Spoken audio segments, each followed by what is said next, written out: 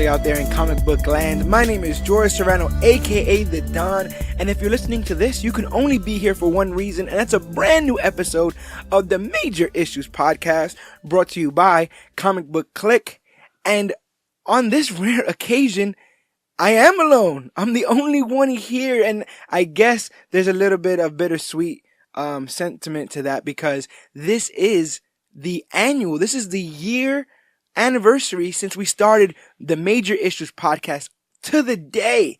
And I thought I could be here with the rest of my clique members, GT, Dan the Comic Man, Yogi, and Cloudus Maximus, but everyone seems to be gone. And the oddest thing, when I came into the studio today, there seems to be some sort of big gold glove. I guess some people would even call it a gauntlet. I mean, I kind of saw how this thing worked in that fancy smancy Avengers film. I mean, if this works exactly how it's supposed to, maybe we can use it to go to alternate Earths and find alternate members of our clique and have this conversation, because a year's worth of Major Issues is definitely something to celebrate, and I think we should try to give it a shot. Let's see how this thing works, and let's see if this thing has any kind of like on switch or something. Oh, whoa, this thing is glowing. I don't know. Hello, is anyone there? I think I see somebody in the distance. Sir, hello. You look like somebody I recognize, sir. Can you please introduce yourself? I am Dan DiDio's Darkest Timeline, Gregory Thomas, aka GT Rebirth. GT Rebirth? But we're on a different... I'm not even gonna question it, because if you're anything like my GT Rebirth, that means that you know everything it takes to know about the latest and greatest things to come to comic books and comic book media. Do you mind standing in, helping me talk about the year in review, the comic news that we've had to deal with since 2008 started? Is there a paycheck? I don't understand how the Cash App works in multiple dimensions. We'll have to work that out. Is this an Earth where you can get paid in hugs? Is there sandwiches? There might be a sandwich. I can do the sandwich. I can take that. Good, because I can't wait to get into all the things that are taking place, have taken place in 2008, because since this podcast started, there's been news and gossip. There's been changing of the guard and keeping of the status quo. There's been titles brought to the forefront and titles canceled. Let's talk about some of the things that have happened as far as the comic book landscape is concerned. I don't even know where to start. Let's start. What have you been reading, GT? I've been keeping up with the Captain America runs, the mini Mark Waid ones that got a little squirrely, and everything that happened after Secret Empire that they tried to, we're gonna try to sweep under the rug there. We're gonna pretend it didn't happen a little bit. Oh, let's talk a little bit about that. Secret Empire, I believe, ended early last year, or was that this year? It was sometime, I want to say, like last fall or winter, I believe. I read that arc. This is the arc where Captain America is revealed to have been Hydra all along, even though it was some kind of cosmic cube nonsense. But definitively, you could almost say that things are pre-Secret Empire, post-Secret Empire, right? Like once we get the status quo back with the regular Captain America, that we know and we recognize, the Captain America that Ta-Nehisi, am I saying that? Ta-Nehisi Coates ends up writing for. We kind of get things back to the way we remember them, or at least trying to move in that general direction, and that's something that C.B. Cebulski was trying to do when he decided he wanted to change Marvel Comics for the better. How are you feeling about Cap post Secret Empire? Do you think this is a rejuvenation for the character, or is same old?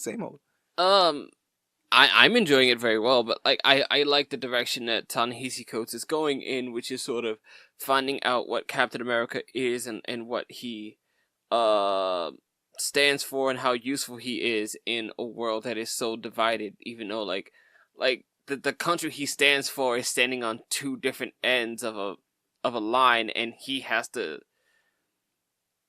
you want him to attempt to straddle both lines, but at the same time he has to stand for something. Right. And that's sort of poignant, right? That's sort of like kind of what's going on now. Absolutely. And it's that dichotomy of being a symbol as Captain America, but being a man as Steve Rogers, who has deep-seated beliefs and ideals. I think we spoke about this. Well, I spoke about this with my GT on my Earth, but it was this idea that the book, especially Coates' book, it plays with the idea that even though there's two sides, there's not necessarily a right and a wrong side. Right. Because there's a gentleman that Cap bumps into that was like, "Thanks for all the good stuff you're doing," but when Hydra was holding it down, we kind of had like food and like everything was organized. Yeah. Everyone had a place, which speaks to how we splinter as a society because we just value different things, and sometimes what's deemed as the wrong side is perfectly fine to that side that's championing it. So the idea that Cap would be like, "Oh, Hydra bad all the time." It was so easy in black and white back in the day, but now his own citizens are like, "I think you might have that a little wrong." Yeah, I think the beauty of what happens with Captain America, and because it's much more concise and closed in, it comes off better in the films. Okay, but the beauty of trying to really write an interesting Captain America story now is playing off the idea that it was much easier back in World War II. The enemy was clear. Oh yeah, no, that's true. It was the Nazis. They're bad. Right. We just push forward to that. So and also the idea who came out of World War II were heroes because we were fighting really bad people who were a threat to all of us. And even while that's going on, the Nazi, not only is it black and white that Nazis are bad and everybody else is good, but also because Nazis are bad, it's black and white that you just get rid of them. Yeah. Like either kill them, punch them in the face. And that's such a hard-lying stance to have, especially if you're a hero. Like, these people have no redeeming qualities. There's no changing them as a group. We've generalized the entire, and I'm not trying to justify Nazism, but the idea that heroic sometimes means seeing the best in people regardless of all the bad that they've done. Certainly. This idea that Batman won't lock up the Joker and, or kill the Joker and stuff like that. And I like that they're bringing this to Cap because, like we said again, if you're always just facing the evil, covert ops, communist, group, then it's easy to just be like, "Go, Cap, go." Yeah, decapitate them with your shield. Yeah, and stuff. But he's dealing with a much delicate, all sorts of broken noses with that thing, and he's dealing with a much more delicate situation there. And what's also cool is, just like in real life, the identity of America is kind of skewed. Absolutely. And if you're a Southern Midwestern guy and you look at Captain America, you would think you'd want to believe that he'd be a Trump guy. Yeah. Because he'd want to make America great. Mm-hmm. But if he isn't, and now he upsets those people, and it's like, so who is Captain America at this point? I can see that. I can see those conversations happening, in hushed tones. Like, oh, when did Captain America become such a liberal? When did Captain America become such a conservative? Right. And we're painted with those colors so starkly now. You're either red or blue, or you fall on this side or that side. And Cap's either a dirty SJW or he's he's racist. With those fascist, exactly. 100%. People. 110%. What's interesting, it's interesting that I find that you like this Captain America. I mean, Coates is a brilliant writer when he tones it down a little bit when he realizes that word bubbles should be for just a few words. But he's got insight and he has definitely things to say, which that's the greatest part of any comic book writer. But what I found a little bit interesting of the fact that you're liking this run on Cap is that you kind of had an affinity for Simon. Mike Greg had an affinity for Sam Wilson's Cap. Did you have any? Did you dig Sam Wilson's Cap? And how do you feel about the overall, what I'm seeming to see as a return to status quo in Marvel? There was a time where Marvel was doing that whole Marvel Generations thing where it was creating these legacy characters. And then there was articles written of, is diversity killing Marvel? And all this stuff. Remember that? There was so many. These are not heroes I recognize. Why can't we just get back to the status quo? And DC, for the most part, is pretty good at keeping the 7, quote unquote, right? Yes. As they are always, they're the constant. Mm-hmm. Everything else around them moves. How do you feel about what is seemingly going on in Marvel, where we're going back to Tony Stark, Iron Man, Steve Rogers, Captain America, Bruce Banner, Hulk, and Thor, Odin's son? It is difficult because if I'm a businessman in the comic book industry and I realize that I am technically now characters that were mainly a part of my industry and were mirrored in other pieces of media is now technically the bottom of the totem pole. Yeah. As far as reaching out to the video game world and the movie world. Right. You know, I instead of those medias leeching off what I'm doing, now I'm trying to leech off from them and grab a wider fan base that I can't get. Right. So if I'm the editor-in-chief at Marvel and I'm trying to sell Avengers books, I kind of want it to look like the ones that they just spent tons of money on.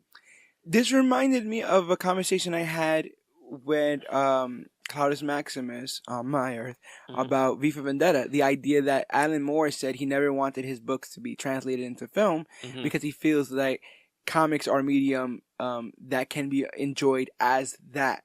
The same way that films can be enjoyed as that. Which then makes me think, should it be the comics that chase after the image of the movies or vice versa? But I get what you're saying. When Avengers Infinity War breaks $2 billion, do you really want to gamble on characters that people may not be familiar with when legitimately the Marvel Cinematic Universe has done the heavy lifting for 10 years on these are these characters, this is their motivation, this is their background, these are their villains. You see Shuri done showed up. She's got her own book. She does, yes. It's difficult, and like for a lot of people who were, I've seen the level of butthurt on this, and I can't relate to it because I came in a few years ago. Okay. For a lot of people who are still up to their necks and being upset about what has happened, and I don't just mean recently, but I mean the what has happened when they changed back over from Wally West to Barry Allen. Is bigger than them now. Right. Because the TV show got really popular. And the movie decided to use Barry Allen. There was no way around it now. Right. Barry Allen is a Flash for this generation and a generation before the one that you know about. If I'm a 8-year-old kid who's watching the Flash on TV and I want to go get in the comic books, I'm like, who the heck is Wally West? Right.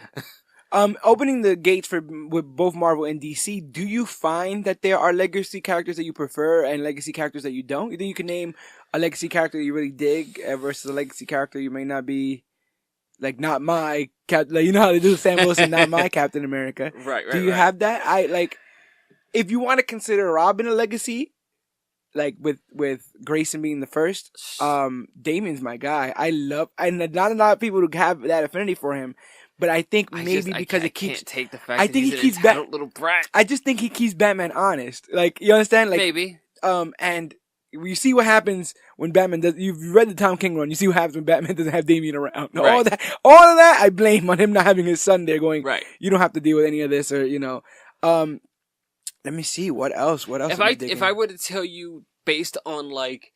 If you gave me 2 books that I had to buy, which was the original version of this character and like the legacy version of it, I tell you that based on these 2, I'd say I preferred X-23's Wolverine to Logan's. The all-new Wolverine? Yes.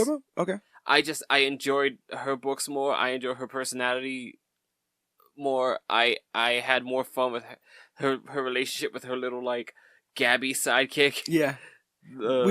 We talk a lot about, like you said, like legacy and continuity. And when you can latch on somebody like X-23, like let's say you were just reading a comic and X-23 just, just caught your attention. Yes.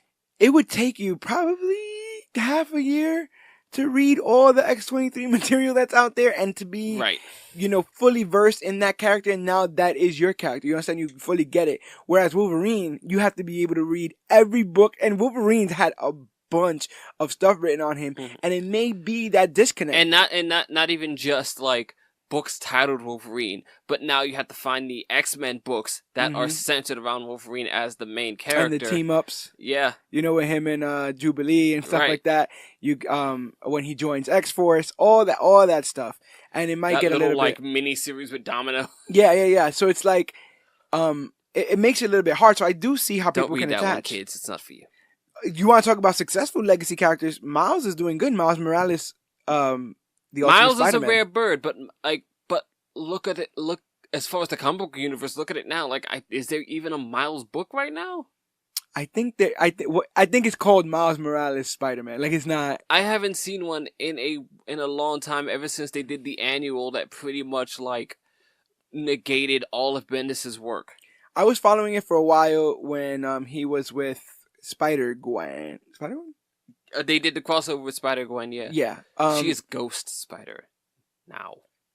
Which I actually kind of like that name. I do like that name as well. I also see the point of not putting your spider and then your name, right? Because well, not just that, but when they do the crossover, it's like, we've already got a Spider-Woman. We can have another Spider-Woman. Exactly, yeah. I mean, that's another thing. Did anyone else call her Spider-Gwen but the title? But the book? No. So she was Spider-Woman on her Earth. Yeah, it was just a short... Spider-Gwen was just a shorthand for Spider-Verse, so you could know that was Gwen Stacy. Yeah, and then when we had to sell it, it was like, well, we're not going to sell 2 Spider-Woman books, so, like, Spider-Gwen. How do you feel about Jessica Drew? I only read the series where she was pregnant. Because, like, that was kind of... It was cool. It was just, like, that was a really unique take on any pregnant superhero. Okay, I'll give that a shot. I'm curious where you went with that. You know what I mean? Yeah. So, like, it was a pretty good book. I couldn't tell you a ton of stuff I remembered about it other than, like, laughing at the scenes where she's just sort of tired and hunched over in a chair eating a donut. Just like, do you see this thing on me? I had a long day. I did like her relationship with Captain Marvel. Did Captain Marvel show up in there? She did, yes. Like, they're just besties throughout the book. And they just dish gossip about heroes, which I always thought was really cool. Like Jessica gives her crap about wearing, like, that onesie up her butt. Yeah. There you go. No, but it's like watching Broad City in a comic book. Yeah. I don't know whether I should be concerned with them moving away from the, Totally Awesome Hulk, Jane Foster Thor, Ironheart. The Ironheart thing is the thing that got me the most eyebrow raised because really, just because of the design. The design, they made it a point to get her as far away from. Oh, you mean the newest one? The newest Ironheart, yes. They made it, and the logo, like, she is so far from, an Iron Man, I don't know what you would call it, an Iron person. Yeah. She's so far from the Tony Stark line of Iron Man. She's not doing, like, the red and gold thing, basically. Like, she can literally, but you can see her face.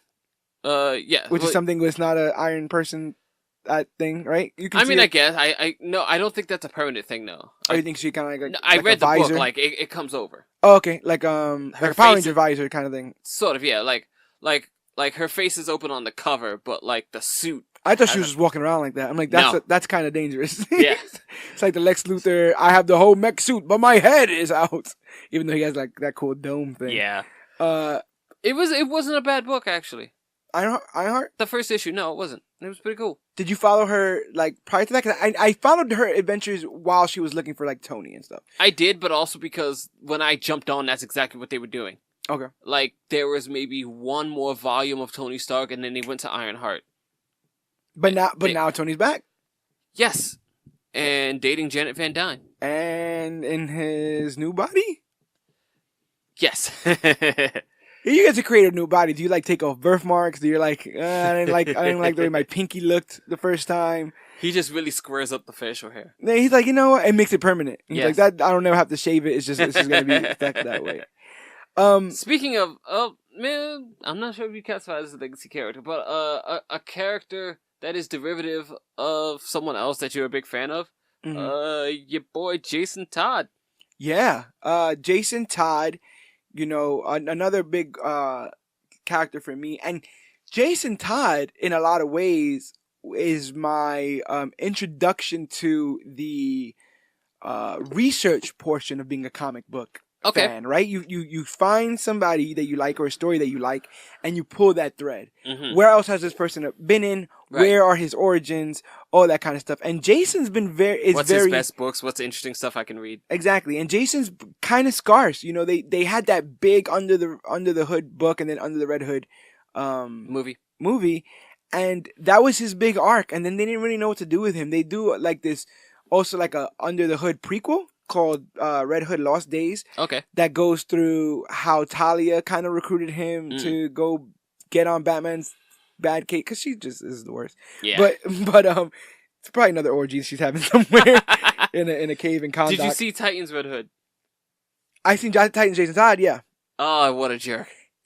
Incredibly a jerk. But I did like. I finally liked the same way like Lego Batman. A kid in the Robin suit just having a blast. That's something I feel like is missing from that thing. Because when I read Spider-Man, and I watch Spider-Man, that always works for me. The pure adulation of like, woo! I have powers. I can jump over. Like, that's always been so cool to me. And as a kid, it would be cool to a kid. So the fact that Batman treats it ultra serious, like, doesn't have no fun. It's like, bro, you're gonna go scare some bad people. Like, have fun. Like, it's already ridiculous on the face of it. So at least have fun with it. That was always weird for me. And like, it took me a while to get used to Tom Holland because my Spider-Man was always teetering on adulthood, if not an adult. So like, even though I know the book origin, he's also stressed the hell out though, right? Yeah, like even though I know the book origin has always been like him as a 15-year-old child just doing crazy stuff. Mm-hmm. Like Spider-Man the animated series, he's like getting just out of high school, going to college. Like, right, you're a grown ass dude at this point. No, you're. And same thing with. And even the dude who was the voice actor, like that dude's probably in his late 20s. He sounds like a grown man. Right. And then, like, the Tobey Maguire movies, even the Garfield stuff, like, he never looks like a child. Tom Holland was the first time I got to that. Yeah. And so you get the weight of the world on the older Spider-Man's shoulders, whereas for the younger Spider-Man, you get the weight of his world, his personal issues and conflicts, stuff with school girls. I'm enjoying, like, I'm just now, like, I'm a few volumes, and I'm just now getting to read Ultimate Spider-Man, and this is the first time I've experienced, like, actual teenage idiot Spider-Man. What do you think? I'm enjoying it. I like the idea that they completely went full stream ahead with the Mary Jane Spider-Man thing. Right. Like they became the cute little kid couple, and they're like trying to grow together, and Mary Jane actually wants to do stuff that means stuff. Yeah. I completely dig it, but I think that Spider-Man definitely always has a place, regardless if it's a legacy character or not, and he's definitely blowing up, which leads us to our next little tidbit. My man, Spider-Man, has he been as popular than he is right now? Like, it's been a while. That the video game really took off, and it's incredible. Have you played it? I have not played it. I'm a bit of an Xbox elitist. It's fine because on my world, GT, Xbox is the greatest console of all time. I can see how on an alternate Earth, PS4 may kind of sort of be. I can get that. You probably have blue milk here. I've seen weirder things, so I understand completely. It's disgusting, but yes. Spider-Man PS4 blows up, millions and millions of dollars made, makes Sony think twice about, letting go of Spider-Man as a IP. And then Venom gets on the scene, blows up, $800 million total, like six or $5 million overseas. Like, I didn't get any of my money, but yeah. It blew up. I actually saw Venom the day of Comic-Con. Okay. And it was pretty cool. It was pretty cool to be immersed in comic book stuff all day and then go see a comic book movie. That sounds like a really busy day. My feet would be tired. It was ridiculous. And again, guess what? I was dressed as Red Hood, so that brings everything all around. Oh, they weren't a fan of you. Yeah. But you have this thing now where it's kind of pointing in the direction of a resurgence for Spider-Man, but also the idea that maybe Spider-Man can exist and succeed by himself. Yes. Again. My favorite thing was watching a certain number of people pining to actually, like, how do you say, take that PS4 Spider-Man and, like, can we just replace the one we got in the comics and just put him in here? Right. Like, make this main line book. Which also speaks to the kind of territorial nature of comic readers where Mm-hmm. you do get like that's my, you understand, like I get that there is one, but Yeah. this is my version of that character, and he spills over. Spider-Man for the PS4 spills over to Spider-Geddon, Mm-hmm. issue 0, and they literally fold him into Marvel Comics. His universe exists. Every bit of that game that you played exists on a universe in the Marvel universe, Yes. and that's got to be rewarding as hell in general. It's got to. But as Spider-Man, for the most part, stays the status quo, and Spider-Man 800 came out this year. Dan Slott ends his 10-year run on the book. Some were fans, some were fans, some weren't. But 10 years is no laughing matter. You know, that's hard to pull off, especially with a character as popular as Spider-Man. And in many cases, Spider-Man was the book that kept Marvel afloat. You know, during some of the bad times. The book, the movie, everything. Do you have residual memories and stuff like that about Dan Slott's Spider-Man run? I don't, because I came on toward the end of it, and for the most part, like, the last stuff he was doing, especially the reactions to it, just kind of like steered me away. Yeah. I found it intimidating to jump on a book that was being authored by the same guy for already about 10 years. Yeah. So like, oh, that's a massive amount to continue to do. It's like watching Doctor Who. It's like, right. You know, you jump on the point. They tell you to jump on, you know, in season 7 or 8. Right. But you really start to think like, can I really just bypass whole years of you know, history with these characters? I kept up with it. I was interested in the idea that Spider-Man had finally gotten to grow. Mm. So like you take a dude who's that intelligent and that like savvy with science and tech, and like you'd think he'd be able to actually parlay this into something that would make him some money. Right, and how long could Peter Parker be the poor?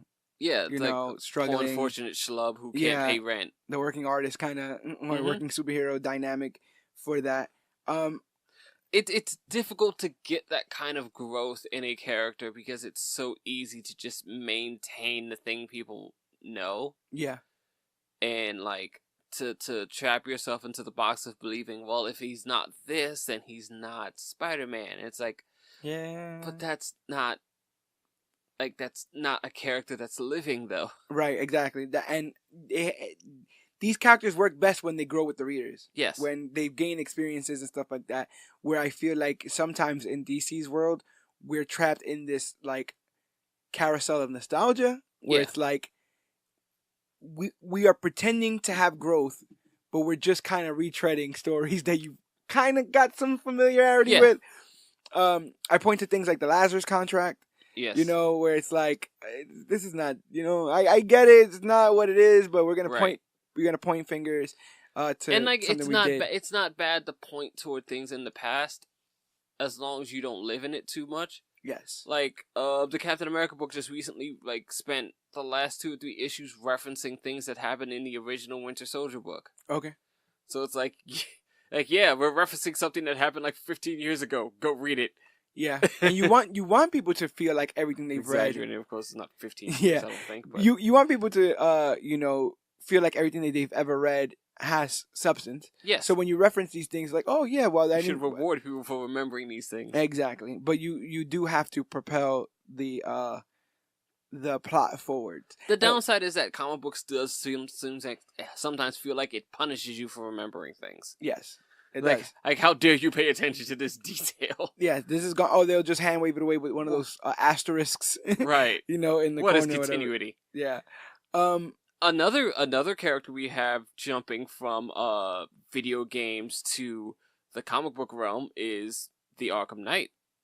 I heard this. I heard for Detective 1000. You know, Spider-Man 800, obviously, a big milestone for that character. We had Action 1000, which we were able to cover here. Yes, we were.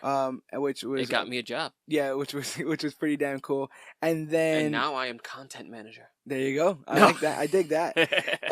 And now we got Action 1000, Batman's anniversary, 80 years of the Bat, and they're supposedly folding in the Arkham Knight from the Arkham series or the Arkham Knight game into this continuity. And I guess I can talk a little bit more about the new Red Hood that we have, because in that book, even though it was said for months in that game, even though it was said for months that this character was supposed to be a brand new character with a brand new secret identity, people had the idea that this would be Red Hood because this is a classic story. One of Batman's sidekicks comes back from the dead as a super hardline vigilante who thinks that he can do it better than Batman, and it's revealed that they do have a very personal relationship because it was one of his former sidekicks, and people smelled that out early on. And when you play the game, spoiler alert, it's Jason Todd, and they even do the whole like crowbar thing. They give you all of it. Yeah. Except he put a J on his face. What's cool is that eventually down the line, Batman and Red Hood just kind of decide to agree to disagree. And the way the Red Hood book opens up in Rebirth is Batman's like, do what you want, but as long as you're in Gotham, just make sure you don't kill anybody. Sure. And you have Red Hood and the Outlaws with Bizarro and Artemis, and that was kind of fun. But then you have this story take place where Jason Todd finds out that his parents, or his dad, was actually set up by the Penguin to go to jail and then die or something like that. Okay. And so he goes to the Penguin to exact revenge. Enact his vengeance. And so he shoots the Penguin point blank, but somehow doesn't kill him. And when Batman sees... I feel like you're a poor shot, bro. A little bit. And so when Batman hears that this happens or sees that this happens, he goes to handle it his way, which is beating the living hell out of somebody he used to probably wash his underwear. Right. Well, that's Alfred's job, but he probably would read a book to and say goodnight to. Is now somebody that he would have no qualms in knocking complete out with his fist. And that shattering of the helmet, the punch that breaks the helmet from Jason Todd, reenacts a new Jason Todd, a new Red Hood with a more urban kind of look. I'm kind of digging it, but it's one of the first redesigns of this Rebirth. One of the first drastic redesigns of Rebirth. People have been getting new suits all willy-nilly. We got the red trunks back for Superman, the black trunks back for Batman. So we got a slightly like a mix of the television and comic book Green Arrow. Yes, if you've noticed it. And we're getting more and more Momoa in our Aquaman. How do you feel about that?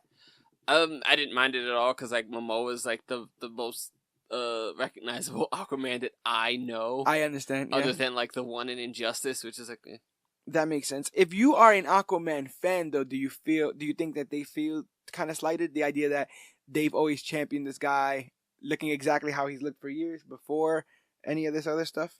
I think they do feel slighted because like it's almost a completely different person. Like their Aquaman had this sort of like how do you say poshest regalia to him with his nicely coiffed blonde short hair, like kind of like this angry Prince William look, right? And now like he's just sort of husky, kind of feral looking, like kind of feral looking island bro. Yeah. So you don't mind the synergy with Aquaman? I don't, because his last few books have been pretty cool, and like I enjoy Aqua Bro, so it doesn't bother me. But I can see why it would upset others. Yeah, I can dig that. Yogi misses his the blonde, kingly, the stately Aquaman. Yes. Yeah, my friend Yogi was talking a lot about the Bat Wedding. We actually recorded an entire episode talking about the Bat Wedding, and that's still one lost of in the the biggest. Speed Force. That is one of the biggest things to happen in comic book news of 2018 because the fumbling of that. Batman's been having a hard year in 2018. Yes, he has. Not many people are fans of the King Run, even though there definitely are the fans of that book. Yes. You know, I won't say that. I mean, the book is still selling where they want it to sell. Exactly. And King supposedly has, another 2 years, or whatever. It's another 50 issues, he says. I thought it was just 100. Well, 100 in total. So he did 50 at the point of the Bat Wedding. Oh, so okay. another 50 to iron out that. Oh, okay. I think you said 150 issues. Oh, no. Oh, my God.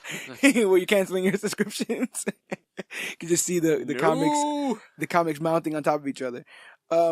But I mean, we didn't really get to speak about that. How do you feel about how public the editorial handled that? You know, I was not a fan of that, and it rests on this one thing. when I have spoken to Yogi about it, it's the idea that he says, like, they're still probably going to get married at the end of the run. Like, it's probably a thing that's going to happen down at the end of the line if that's what you wanted. Which is like, sure, you're probably right. It's probably true. But we can't ring that bell again. Yeah. You know, we pushed and we pushed and we pushed and we sent, I think we sent people to talk shows about it, you know. Yeah. Like, we went above and beyond with our advertisements of it. He got permission from Talia, basically, of all people. Like, right. That's his baby mama. Like, that was a big deal. We went above and beyond to promote this book because it was the wedding of these two hugely connected characters that are that have how do you say, homesteaded in the minds of, you know, people everywhere. Yeah. And at the end of the day, we just didn't do it. So when it comes down to when you want to have that moment again, like, that bell's been rung, you can't do it again. Well, it's also the idea, like, if you ring the dinner bell and there's no dinner, yeah, next time you ring the dinner bell, no one's coming. No, not at all. But again, if that bait and switch kind of thing is a dynamic to that storytelling, and if his fans are digging that, then I guess it is what it is. But people are pushing away Batman, you know, a little bit more to the side than usual. He's usually on the forefront. Mm-hmm. We talk about the popularity of Spider-Man blowing up in 2018. Maybe the popularity of Batman declining a bit. I mean, let's look at the scope of things. We get the Bat Wedding and in the summer. Yes. Batman Damned, one of the first books of DC Black Label, shows the Bat Pole out there in full frontal. Yes. And issues are pulled. They have to censor it. It's too much. Black Label for DC was supposed to be this adult line, but adults maybe can't handle it. How do you feel about this whole the Batman Damned situation? What happened was, it wasn't that adults couldn't handle it. It was that DC couldn't handle it. They couldn't handle, like, people just even saying anything, huh? Because you got to stand by your writers and your artists, right? You got to be like, this is the decision we chose to make, and this is the story that we want to tell. No, Stephen Colbert made fun of us. Right. I get that. I get that completely. Stephen Colbert poked fun at it. We can't have that. And like, there was this rumor that there was a letter that, you know, like, you have desecrated the saintly image of Batman by showing his schlong. I was like, I know, it was out there. It was out there in full frontal. I mean, I didn't need to see it. It's not on my. It was definitely not on my to-do list. Certainly. But it's something that happened, and it was definitely a kind of a black mark on the whole DC thing, because their ability to budge on it kind of shows maybe that they weren't 100% behind this whole Black Label thing. Right. Their hesitance and giving in to the, and I hate to use this term because people use it too much, but like PC police. Sure. You know, it kind of shows where their allegiances lie. Well, that's my thing. I don't even think it was about people being PC as much as it was just about like people are like poking fun at it or taking it in a way that's like negative to us. Right. You know, like, they're not upset about it. They're just more like, that was silly. So you go there with the Batman Damned situation. The Bat Wedding did not shine him in the greatest light, and now that we don't have Metal, he's not really in the forefront as he used to be. And I will cap off this hat trick by basically the words said by Dick Grayson in the Titans commercials. They screw Batman, right? We haven't got any news on the Batman film. That's supposed to be coming out. The Batman. To tell you the truth, people are even questioning whether or not Affleck is coming back. Are we moving away from the Bat? Are we putting him on ice? Does he need to be put on ice? Give me the answers, or to. I just think it's a bad place for him, and it's going to happen. Like, a character's going to hit a rut. Yeah, definitely. What was Batman doing before the super popular Snyder run? Like, no, they had a Dick Grayson story. They're also doing a lot. Like, Morrison was playing around with that, and even before then, it was like this weird. Like, he did the Outsiders. Like, he was on like a lot of teams. Yeah. There was a lot going on. But he also had like fought his way back through time, and it was ridiculous. Yeah, there was definitely a lot going on there.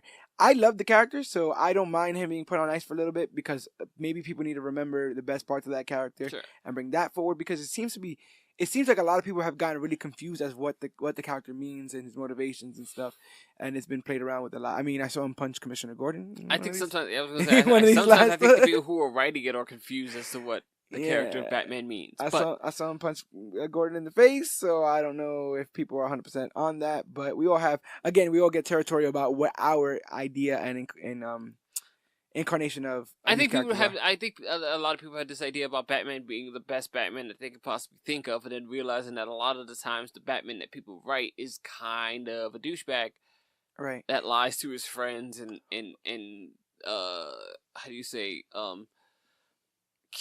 not keeps up with, but like is constantly droning in on people, right, behind their backs. Well, so you have that. I feel like that was definitely, definitely post Babel, right? Post Tower of Babel. Yes, we get this ultra paranoid Batman where you get OMAC and Brother Eye and all this other surveillance stuff and contingency plans and all this other kind of stuff with Batman. And then Snyder kind of ushers in what people affectionately and non-affectionately call the Bat God. Yes. Incarnation of Batman where he's infallible. He does nothing wrong. He doesn't lie. He's just very convicted. I mean, he's very strong in his convictions. Well, he still lies. Or at least he's highly omitting. Yeah, he wasn't like friends with Clark and stuff, so he was like, right. I'm not gonna tell that guy anything. And like, there's the whole story about how in Death in the Family where like there was a Joker card in the Bat cave and never told anyone. Yeah, no, you're right about that. And freaks out the entire team. So with him and his light dimming, it seems like they're willing to bring a different kind of Bruce Wayne into comics because straight off the pages of your favorite, or at least my Greg's favorite book, Metal, we get the Batman Who Laughs. I heard he was in like either Immortal Men or the Unexpected, Unpredictable, one of those kind of. I think it was the Unexpected. I have no idea. That he first popped up. I think I saw him in Justice League because I think Luthor was chatting up. Yes, but the Batman Who Laughs is returning. He is the Bruce Wayne on an Earth where he was Jokerized, so it's a kind of an amalgamation of Batman and the Joker in one character. And he's back. What do you think about Mr. BWL? I've not given it much attention, honestly. The look of him is very evocative, right? Yeah, it's weird. It's real weird. Like it's not easy to forget. I'll give it that. Right. You see it one time and it's just like, whoa, that's a thing. He's got the spikes and like the eye band thing. And the big smile. Yeah. I don't know if I need two Jokers though. Well, we've got 3 apparently. Yeah. Oh, yes. Black Label is supposed to be giving us. That's just something that we heard. Black Label will be coming out with. Yeah, it's coming out with the 3 Jokers. We'll see about that, man. And we're coming out with the Joker movie, and Joker's gonna be in the Harley Quinn movie, and Jokers. Gotham is gonna give you a Joker, and you get a Joker, and you get a Joker. Just a parade of clowns. Oh my gosh. Yeah, I guess with it, the success of it, they're trying to capitalize there. But yeah, the BWL is going to be making his return. My thing is, I love the character design and I love the concept. I just think that that's a one-shot character. I don't know how much more you can pull from there. Do we get him redeemed? Like, what are we? You know what I'm saying? What are we doing here? But look how much Batman. Like when you talk about like the cooling down of Batman, but like look how much he's tied into. We've got the Tom King Batman run. Mm-hmm. We've got Detective Comics, which like is the only one that's really separated from the rest of the universe and a lot of the stuff. Yeah. That it actually is, to me, it's pretty good. But at the same time, like that book heralded the entire decimation of the Bat family to a certain degree. Yeah, no, you're right. Because Batwoman gets excommunicated, which James Robinson seems to be ignoring now in his run. Yeah. Batgirl's off doing something else. Cassandra Cain is supposed to be with the Outsiders, which is now outside of actual happening. Yes, outside of the realm of possibility. yes, it is. That Tim Drake's gone off with Stephanie Brown, and like they've not been seen since the end of Tinian's run, as far as I can remember. I really, like I said, I don't understand the point of having Robins if you're not gonna be with them. Right. Like the they're exclusively to work with you, and then they all branch out on their own and do their own things. And I get well, that. Stephanie Brown's the spoiler now. Right. But you got Red Robin, right? That's what his official title is. That's from what I remember. Yeah, they added the double R's. He's Red Robin. I think so. I don't know what he's doing now, but yeah. Tim. Speaking of not knowing what the heck is going on, right? And go ahead. I was gonna say, but I mean to say, like, how much Batman is tied in. There's the regular Tom King run. There's the Doomsday Clock thing, which keeps featuring him a lot because there are people rioting in the streets trying to take down Batman because of something he did. Right. That Doomsday Clock's never gonna get around to because it's gonna take 5 more years to release. Maybe. There was the big Batman Damn thing because like we're starting a new line. What do we start with? We start with Batman, of course. Right. Like we're trying to sell books here. Yeah. It's the reason why Batman's in every movie about people that really have nothing to do with him. Yes. Like why is he in Justice League Dark? It's not about him because Batman. Because people know that Batface. He's tied into Heroes in Crisis because that's a big part of his thing because of. Well, I mean, if you want to talk about heroes with, mental. Yeah, who's got some going through some mental stress. Scars. Yes, it's definitely Batman. The IP is out there. I just wonder if they have the IP on autopilot and they feel like they don't need to put their hands on the wheels anymore. Maybe. Which then causes it to careen off the cliff. And when they talk about careening off a cliff, Doomsday Clock. You mentioned it early on.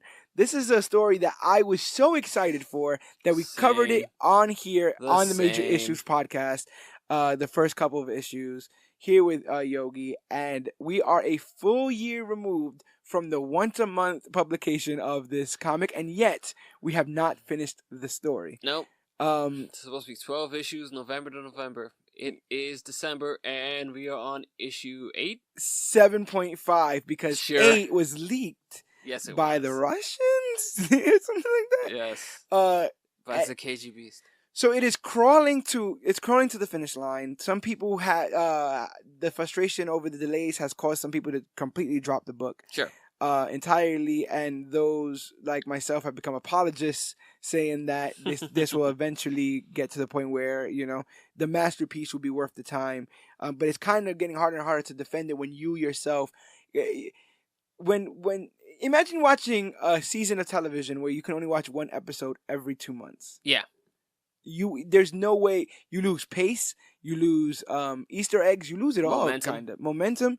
And I understand that comic books every time the episode comes out, you gotta watch the older one just to figure out where we sit. So I'm kind of sort of waiting for I'm probably gonna wait for a couple issues to come through before I get in and start from the beginning. I think I'm done with it, and at this point, even if they release the whole thing, sure. Because at this point, even if they do, it was pushed so hard, and this was at the time where I am neck deep in enjoying the I think it was the Gleason Superman run, or Tomasi. I forget which one is action and Superman, but Tomasi was Superman.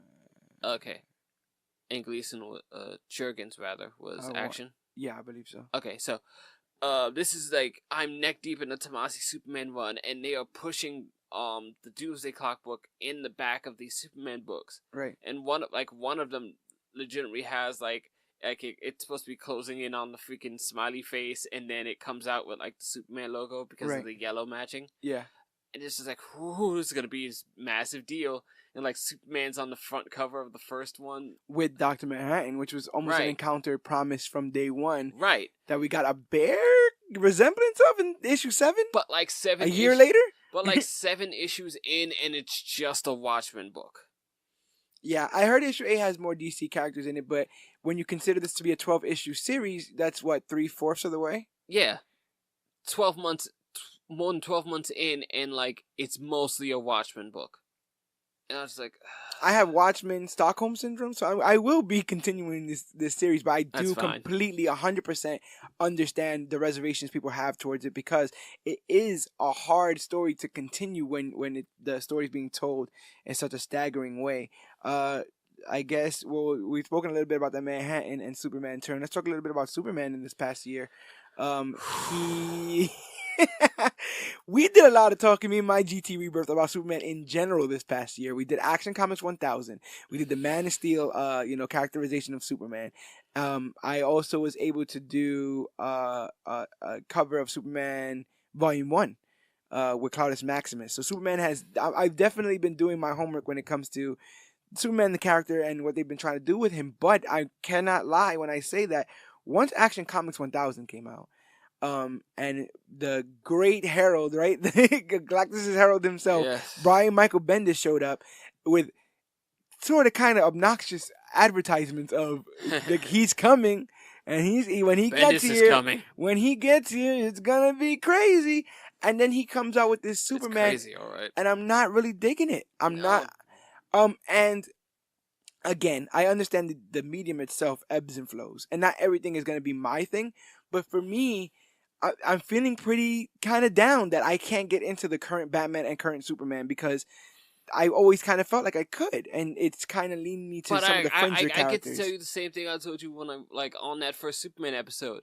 I at least was able to say that, man, I really don't like this Batman book, but this Detective Comics book has a different writer, and I like what that guy's doing. Yeah, I got none of that with Superman. I got on Detective because of that, because it was, and I got on All Star Batman, which was also another side Batman book with Scott Snyder. Kind of something more I'm used to, right? Because of that 52 run. But since Bendis has been on Superman, people have been decrying the dialogue that's been in the book. They've been saying it's kind of, and certainly it's not selling for as much as they wanted it to sell for, like how much they're paying Bendis. And even though there's a return to the red trunks, there seems to be almost a return to the status quo because they've almost made him and Lois estranged. John is nowhere to be found, and there seems to be previews of him coming back sort of evil or twisted in some sort of way. The treatment of Jonathan Kent is probably the biggest sin of this entire thing for me. The treatment of Jonathan Kent speaks to something that me and my GT were talking about, which is the almost symbolic end to this rebirth initiative. This end of like, well, this is the thing that's going to push forward family and love and patience and brightness. Jeff Johns and his big happy smile. Right. And that speaks more to that whole weird, like, Johns moving around in the DC editorial and Lee and Didio and that whole weird DC editorial triangle and fight for power that's happening there, where somebody will go and create a deep depressing look at superheroes and how they deal with crisis, and then Didio will be like, and guess who dies on the first issue of and so there's this weird disconnect in communication between the publicators or the publication editorial team and the actual creators, where they're trying to go for something and publication is just literally trying to sell. It would be like if Arrow got a brand new showrunner and he's just like, no, I want to do the Robin Hood thing. Yeah. I want him to wear the silly hat. Or he's like, this whole like Felicity thing and Diggle, we don't need him. We'll kill him in the first episode. Right. And we'll just deal with just Ollie. It's like, I get it, but people were built on this and they followed it to this point and to just hand wave everything else away. Like the best run Superman has had on both ends in a long time, and we just like swoosh. We spoke a little bit about the status quo for these characters, especially with them being as old as they are. Do you think that the returning back to the status quo for like Marvel, like I said again with the Avengers, and some of this stuff with Batman and Superman, which I'm enjoying, by the way, the Avengers book is pretty fun. I've heard nice things about it. I'm wondering if people say don't keep the status quo because we need new things, new exciting things, but I would then point to the New Age of Heroes. And I guess the question I'm trying to ask is, which way do you prefer? Do you prefer stuff like New Age of Heroes to be coming out, or do you prefer just the let's restart number one, we're going back, to the drawing board with, Aquaman, and this is what we'll do here? Or do you think that New Age of Heroes didn't have the effort put into it that it probably should have? I don't think it had the interest. Promotion? I don't think it had the interest, and like I still don't know where it came from. Like my guess was that it came from all the metal stuff because it seemed to be linked to all of that. But I didn't read metal, so I had no idea who these people were. The only person I knew was Mr. Terrific on the Terrifics because he's on the TV show. I get you. Right. Yes. And then they apparently pulled Silencer out and put her on the TV show. It's like, sure, that was quick. They used metal the same way that the Flash show used the particle accelerator, where it's like this massive thing happened, and now between that and the source wall being broken, we have a bunch of new threats and slash heroes. It's a villain machine. It's a villain machine and a hero machine. So everybody... It's a content machine. It's a content machine, yes it is. Okay. But apparently... It just spits out new content. But somebody spilled soda all over the content machine because now almost every title is canceled at this point. It seems that way. And what does that say? Are we not ready for new heroes? Were these heroes not? I think done we're not well ready. enough? I think we're not ready for new heroes to be dropped in our lap. There was like 8 books. Like Yeah. The book should have trickled in at the end of, or even during Metal, right? They were like, "This is happening. It's coming." They just kept throwing advertisements in. It was just like New Age of Heroes. Here's I was Damage. Just like, who the heck are these people? Here's some more Brimstone. Yay! For you.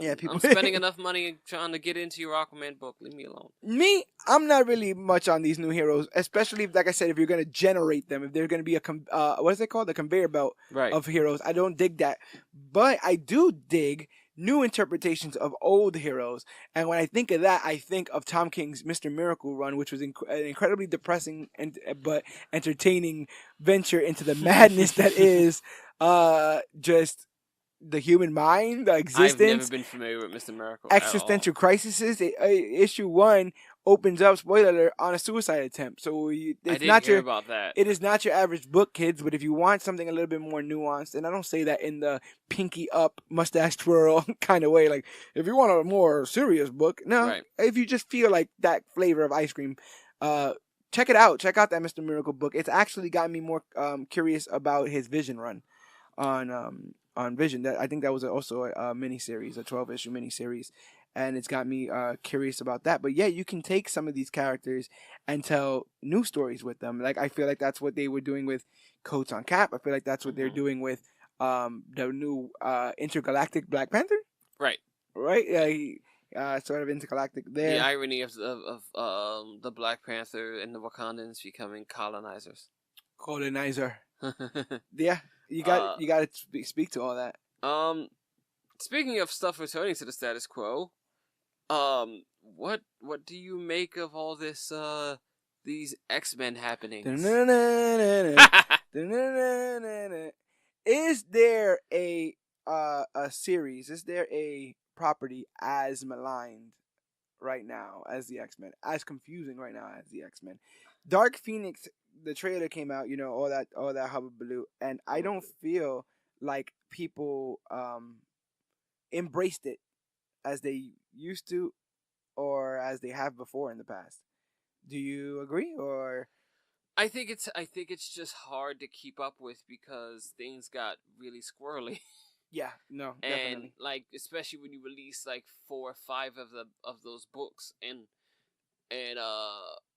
like maybe I haven't like a particular set of X-Men like I like, so it's like okay, like which book is Wolverine in? That one, okay, but that doesn't have anyone else I like. But like Rogue and Gambit are in this book.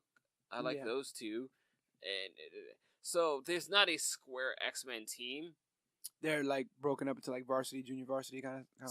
Sort of, and like there was always a lot of them, so you could name an entire neighborhood of X-Men characters that were on these teams and not on these teams, and then the several derivatives that became X-Force and whatever.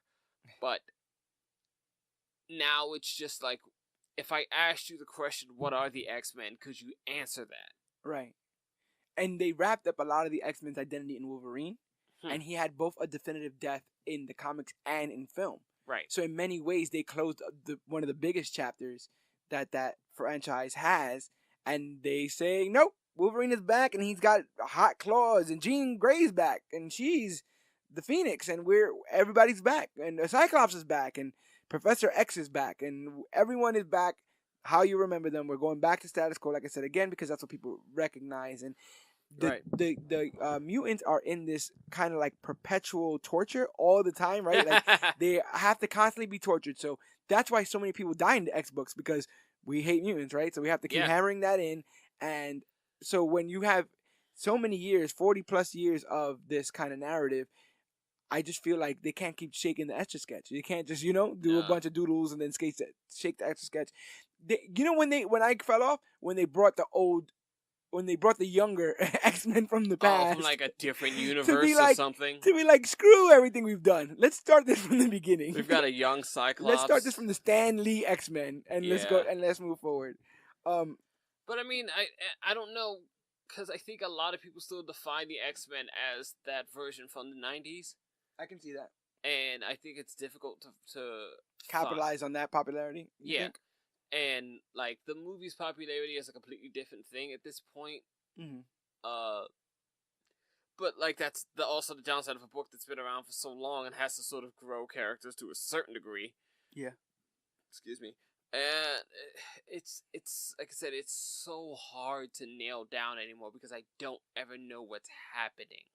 And very much like the Fantastic Four, you don't even get hints of their adventures in other adventures. No. You don't even get like, well, it's a good thing we dealt with that X problem that was going on. Like, they're so secluded inside their own books. Like, when I heard Magneto became an X-Men and then had this like weird white costume, I'm just like, in the heck did that? Okay. Right. And then I hear that Cyclops became the fascist, radicalized bad guy. I was like, why? I definitely want to find a jumping point to X-Men, and I hope to cover more X-Men in 2019, especially with Dark Phoenix coming out. I'm going to try my best. I assumed that I'd be able to jump on when Extermination ended. I don't even know if it's ended yet. Right. With all their cables.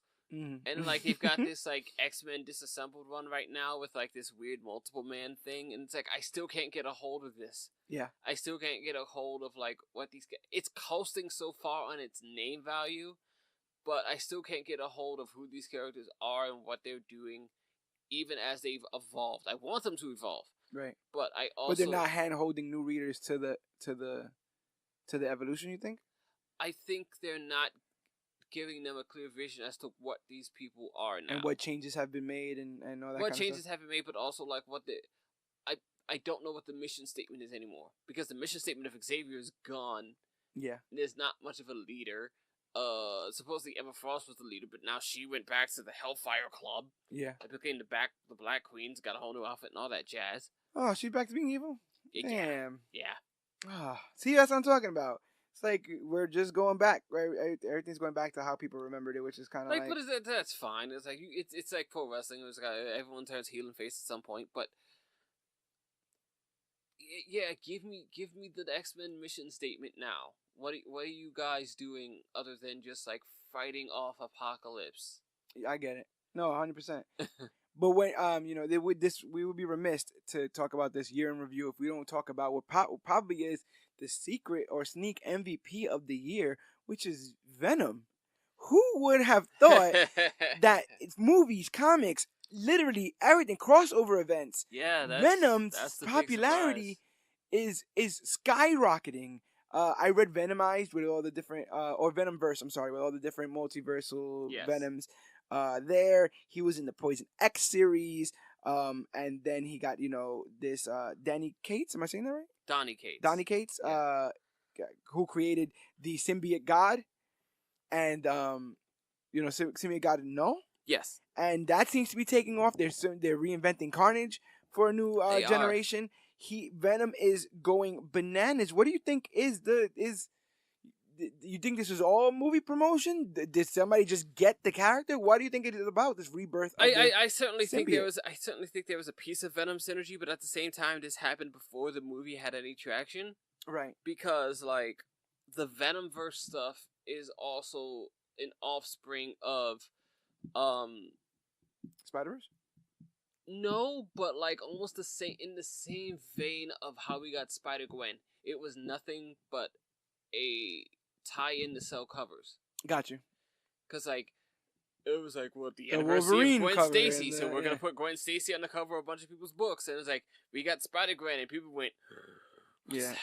Right. And then you see X-23. Like, oh, you want to buy Spider-Gwen? Yeah, you see like an alternate X-23 Venomized, and you're like, that is interesting. Right. So like we read a whole bunch of covers of people being Venomized, and like you could see them all over Instagram. It's like Venomized this, Venomized Wolverine, which is in one of the old video games anyway. Mm-hmm. But like Venomized freaking Jean Grey or Venomized Captain America. Like they had a bunch of these, and it just kept picking up steam, even though the Venom book had been like dragging through the mud for the past year, changing hosts, all sorts of stuff. Yeah, right? But like we tried to put it back on Eddie Brock, and it just didn't work the heck out. Yeah, because like people were pining for it, like go back to Eddie Brock again, because everyone wants to Oh, stick to this old thing. And then they just threw him on the Guardians for a bit. I remember that. You have when Flash he was Thompson Agent on Venom, the yes, which is probably like his best run as far as a character. Right. In like character arcs and stuff. Yeah, which is also the one time I was hoping, like that's what I was kind of hoping the book would be. Like, give me Agent Venom. You'll never have to tie it into Parker. We got a war veteran. He lost his legs. We gave him this experimental thing. He got his legs back. Yay. No, you'd never have to deal with the tie-ins. No, I absolutely dig that, and I dig. If they're gonna keep, like I said, I much more rather people come up with new stories about old characters that have become fond and that people appreciate. And you know what? I'm not afraid to say this. I've become fond of you, Earth 2 GT, and I hope there's a George Serrano, aka the Don, on your Earth, because today is the anniversary of Major Issues, and I want to thank you so much for being able to come by, and I guess I came by and talk about this stuff. Is there anything about comics or in particular that you'd like to express? Any recommendations you got going on? Anything that you're hoping for in the future? Anything you're excited about? I'm excited to see still where we get to where I get my Captain America to go, because like that's like one of my favorite characters ever, and I want him to be able to keep up a level of quality over time, which I think has always been difficult because people have struggled with how to write Captain America. Yeah, people kind of just point to the Brewbreaker run every time. Yeah, a lot of people do, or even the Remender run toward the end. Right. And like those are great too, but there's always this there's the Brewbreaker run, and everything before it was the 90s, and that's all terrible. Right. And everything after it is he was Frozen, and then he was in the 60s. Yeah. And everything after it is just it's pretty good because they do the Dimension Z stuff, and then it just kind of falls apart. And then we go to Sam Wilson, which is great, but nobody attached to it because it was the back of it was the top of this big machine of changing everything. And it's also the idea that if we wait long enough, we'll probably just get everybody back again. So why jump into this when we know we're going to get back into the status quo? Right. This is a bit of a shame. I think I'm looking forward to the end go ahead. I was going to say, I look forward to when we bring the whole thing full circle back, and I look forward to what they intend to do in the future with the Hydra Cap character that's still there. Yep. Our Superboy Prime, right? our disillusioned hero who's much better written though. Yeah, I actually looking forward to that. Supposedly Superboy Prime is supposed to be coming back sometime soon. I'm kind of looking forward to that, even though I've kind of fallen off of some of these issue-to-issue stories. Are we looking forward to Jeff Johns' Shazam? Yes, I like Jeff Johns' writing for the most part, and I kind of want to see what he does away from this Doomsday Clock thing, which seems to have everybody just stressed out, overworking, all this stuff. I want Doomsday Clock to end well, but I do want to see what the rest of Black Label has to offer with these three Jokers. I want to see how Doomsday Clock ends, and if it delivers on the ripple effect that it promised. Right. The stone being thrown in the water that will then affect the rest of the DC universe. Which every month I find less confidence in. Oh, but I thought you were going to say, and every month there seems to be another threat that will cause the ripple effects. With that, I mean, I feel that way. With the Flash War, with No Justice, with Metal. Every couple months something happens, and it literally shatters. Okay, well, there's a thing there. The rest of all that stuff. As far as things that will ripple throughout the entire line, on the Marvel end, War of the Realms. I see that. I saw that poster. Or that advertisement, you would say? Poster advertisement. What a crazy image. It's like all Caps on a horse? Yes. Which I think any regular powered kind of like no flight having superhero on a horse, like when Batman's on the horse. It just looks badass. Yeah, with the rifle and stuff. Like, what's going on here? Captain America's on a horse. Daredevil looks like he has Heimdall's sword and became a little cosmic. I dig all that. I'm with all that. Thor's got this 2 hammers. One's golden, one's thing. There's supposed to be a Cassandra Cain book coming out. Building this for years. Oh yeah. He's been working on that Thor story for a while. Cassandra Cain's supposed to be coming out with a book soon called Shadow of the Batgirl. Really good for her. That's interesting. I didn't know that. I dig the character. I want to see what comes out of that. But besides that, I'm really just being kind of trepidatious with this. I want to see what kind of comic book year 2009 brings us. And 19. I'm hoping. I keep saying that 2019 brings us, but I can't wait until until we get there and we can find out I guess the highs and lows of that. Every one of these years comes with highs and lows. I think I would hope that in 2019, because they're going to do it, because it's going to come off the back of the film, that we can land a good Captain Marvel book again. And she doesn't have a definitive run either. There is a best run, right? Right? You understand what I'm saying? Like there is a best run, but I don't know if that should necessarily be definitive run. I think that someone can take that a little bit. You know what I'm saying? A little bit better. You know, I think the issue is it doesn't deal with anything on Earth in our continuity. Right. She could literally have blown up 10 planets, and no one knows, no one cares. And I think that's the issue when you're trying to weave these people into the universe.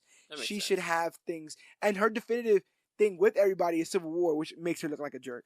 So it's like you should be if you're trying to get us to feel for this character. Not even just that. Like her definitive thing is Civil War makes her look like a jerk. The only other definitive thing she has was House of M, which makes her look like a righteous, like a self-absorbed jerk. No, definitely. I was the best. I want to be the best again. Let's go back. No, House of M was good for me, y'all. Let's do it. No, I completely get that. I'm hoping for definitely some better books. I feel like there was another book in 2019 that I was looking forward to, but I guess that seems to be it. And just like Carol Danvers, Mr. Rebirth, I have to get back to my Earth, and probably maybe even traverse a couple of other ones. But seeing as you're here, I want to let you know the major issues on my Earth becomes the latest and greatest thing to come to comic books and comic book media. So spread the word. Let everybody know about that. And hopefully we shall meet each other again. Hopefully. Meanwhile, I'm going to enjoy this sandwich. Wow, these sandwiches are just... I didn't know it rained sandwiches on this Earth. No wonder why you guys are so happy on time. That would... Pooh! I dig that. You just put what you want into the display and it just pops up. Well, brother, it has been a pleasure. I know you've noticed this humongous glove on my arm, and you've been kind not to bring up the fact that I've been attached to this thing for quite some time. But I'm going to use this thing to go back to my Earth, or I guess I'll just roll the dice. Let's play some Earth roulette here, Mr. GT.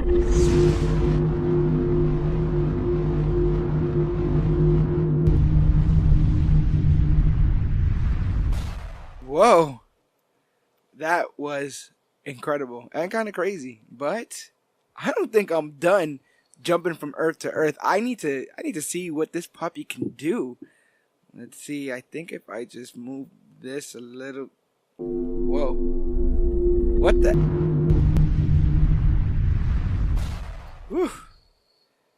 Wow, this one's a little bit more animated than my usual Earths. That's convenient. There's a welcome sign. Welcome to Earth C-137. And I think I see a visitor in the background. Sir, can you introduce yourself? Whoa, my name is Dan, the comic book movie man, and this is my hometown. Oh, Dan, the comic movie man. I think I have one of you on my Earth. But, wow, how convenient. You know, I have a podcast back on my Earth. It's the Major Issues Podcast. And guess what? It's the year anniversary. This is the annual issue of my podcast. Well, happy birthday to you, sir, and your podcast. Thank you very much. And I'm glad I bumped into you because I'm hoping that comic book movie name means you have some comic book movie knowledge at all. Well, I mean, 2018 has been a up and down bumpy year for the comic book movie world. It has, exactly. And wow, how convenient. I have somebody to talk to about it. Let's get into all the craziness that has come and gone in 2018 when it comes to these comic book movies. Biggest elephant in the room.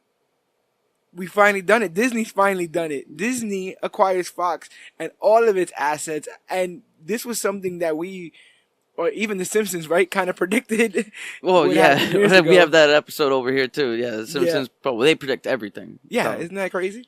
But with the X-Men seemingly held hostage, Fantastic Four without a successful sequel or even an original movie at this point, everyone was pining for these properties to come back over. But as of 2018, we've yet to see the real ramifications of that yet, right? Well, I hope we, come 2000, at least, 19, we get that there's rumors that we can get, because there's many comic book stories that just aren't canon. You have like Illuminati, you have like New Avengers and stuff, X-Men versus the Avengers. I would love to see movies like that being brought. Yeah, because you got to think that they are probably picking and choosing these films based on what people they can use, what properties they have. So if there's an X-Men heavy property, the MCU probably wasn't even looking at it because they were like, or a heavy story, they probably weren't even looking at it because they were like, we can't use the X-Men, so there's no point in doing a House of M or something like that. Which that makes a lot of sense. What do you think about because I'm kind of curious. I'm starting to think that maybe Once Upon a Time in Deadpool, which comes out very soon, you think that might be like dipping the toe into like the PG Deadpool world? I mean, maybe, because if it's Deadpool under like now a new production company, under new management, they're definitely probably gonna try and stick to that Deadpool style to not like deviate too far away from the fans. And like, they want to bring the fans in, they want the money, but if they go for more of a PG Deadpool, I hope at least the jokes land. At least make it funny. Right. I wouldn't. If Deadpool's meta, so at least be self-aware that I have to do this for money, or make it known that Deadpool is being sold to new property rights. So now it's time for the kids to be able to come to see a Deadpool movie. What's also kind of curious is the idea that, when you read the comics, he's not like throwing F-bombs all willy-nilly. That's more of a modern comic funny thing, right? Like, even in like the 60s or whatever, comedy wasn't just expletives, back to back. And I feel like that's more of that blue-collar comedy that we see now. So comedy shouldn't really rely on cursing too much. It should be, perfect delivery, setups, punchlines, at least make the joke funny. You don't have to have the F word every 5 seconds. But it does show Disney that properties like Logan and Deadpool, R-rated projects and properties can work. I wonder if that turns their eye to any properties and in the consideration of them making them R or not. I understand you can't roll a lot of these into the cinematic universe because then the same 8-year-old who watches Iron Man will have to watch R-rated, Deadpool to get the full scope of things, and I could see how that's not. They're definitely not. Disney's not going to go that route. But they are seemingly trying to take over the world because they're a monopoly. They're now coming out with Disney Plus. And that's their own, streaming service? Right. And because I don't really follow too much on Disney anymore, really. Yeah, so Disney has their own Infinity Gauntlet, where it's basically Disney animation, Disney live action, Pixar, Star Wars, Marvel, and now Fox. And all of those properties will be on their streaming service, presumably. So it's going to be taken off of Netflix? Odds are, yeah. And so they will have this juggernaut. They don't really have that much on Netflix anyways. They have 4 movies on Netflix, but we're like a good couple months into DC streaming service. Does that mean that we might lose the Netflix shows because we already have Luke Cage and Iron Fist canceled? Oh, you must. On my Earth, yesterday they canceled Daredevil. No way. Yeah. Oh man, I must have slept through all Friday. I hope that doesn't happen on your end. Oh man. Yeah, on my Earth they canceled Daredevil. That means Jessica Jones has to be left because I didn't find Jessica Jones season 2 that like I loved season 1, so season 2 didn't really do it for me too much. So I hope oh man, Punisher is still around. Punisher's still around. Yeah. No, that did good, but I think both of those shows are either currently in production or wrapping up. So if that's the case, I could see them just trying to tie those bows and then send it on its way. They're probably just gonna cancel those last 2, and then and Defenders, because Defenders doesn't even have a season 2 now. Yeah, but you're gonna have all that stuff over there, and then DC has their own streaming service that I am currently a member of. And how's Titans on that? Titans is pretty good. It's not like blow your socks off. Is that a thing? Matter of fact, I'm gonna try to use another. Is it better than most comic TV shows? I don't think it's now. I don't think it's better than like Daredevil, for instance. Like we were just talking about Daredevil, and we have that in our frontal lobe. I don't think it's better than Daredevil, but I think it's better than. It's good. I like it. It's not. Well, I mean, like you would pick it over Gotham to watch. Probably, if you had to sit down and watch one of the two as a binge. I dig the premise. I'm waiting for it to impress me, but I do dig the premise, and I'm waiting to go. Like how the actors like portraying those characters. I like Dick Grayson. I'm hoping to actually do a Titan season 1 thing. So if you ever get one of these Infinity Gauntlets, just hop over. We got a guy just like you. He's great. But, who knows? Maybe we could do some cross-dimensional promotion. But I'm hoping to do Titan soon, and it's because I want people to see what I'm seeing with this, because it's very gritty. Like, almost, very DC gritty, right? And, but the characterizations aren't 100% on point. From the commercials I've seen, it's like it ties. It looks like it's just Runaways, but DC. It's hard. First of all, it's hard for me to take Raven seriously, because to me she looks like Hit Girl. She looks like Hit Girl? You understand? Oh man. Like, she looks like a different Chloe Grace Moretz. So it's like it's just pulling you away from it. And purple hair. She has the purple hair like Hit Girl does. So it's like I kind of feel like I've seen this before. And another thing is she's really young and really like attached to like Robin, which is kind of weird. And Beast Boy's never bitten anybody, so that's he can only turn into a tiger. He can only turn into a tiger. Starfire has amnesia. I'm spoiling a lot of things on this show, but there's a lot of who am I in this show. It just sounds like a different take, and I appreciate different takes. You know? Definitely, like there's so many different comics and comic stories and different alterations of origins. That stuff that's canon, non-canon. That you can't like take one specific comic book origin, and that's the comic book origin character in every property, every movie, every TV show. You know, yeah, I like if Batman, like, you know, stuff like Batman's parents dying, that's crucial to a character's arc. You know, Superman coming to Earth, that's crucial to a character's arc. But, you know, Spider-Man doesn't need to be bitten by a spider sometimes. Sometimes he could just be a kid that would just really like spiders.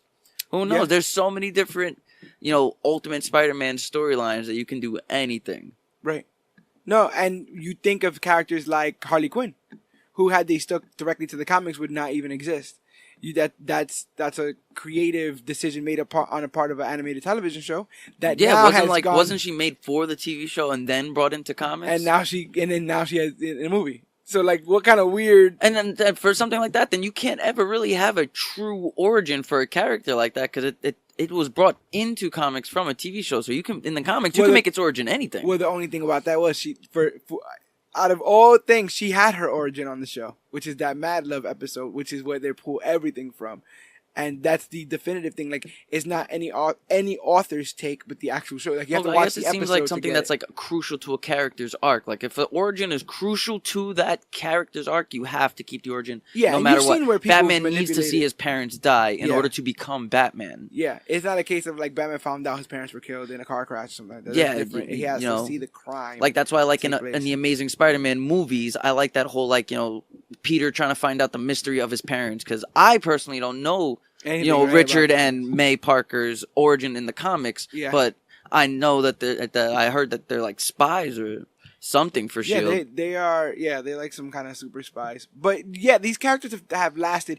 Batman 1000 comes out next year. Oh, that's beautiful. I mean, Batman 1000, Detective 1000, Detective Comics 1000, which is, you know, the Batman 1,000 Detective Comics. Yeah, Action was 1000 this year. Sorry.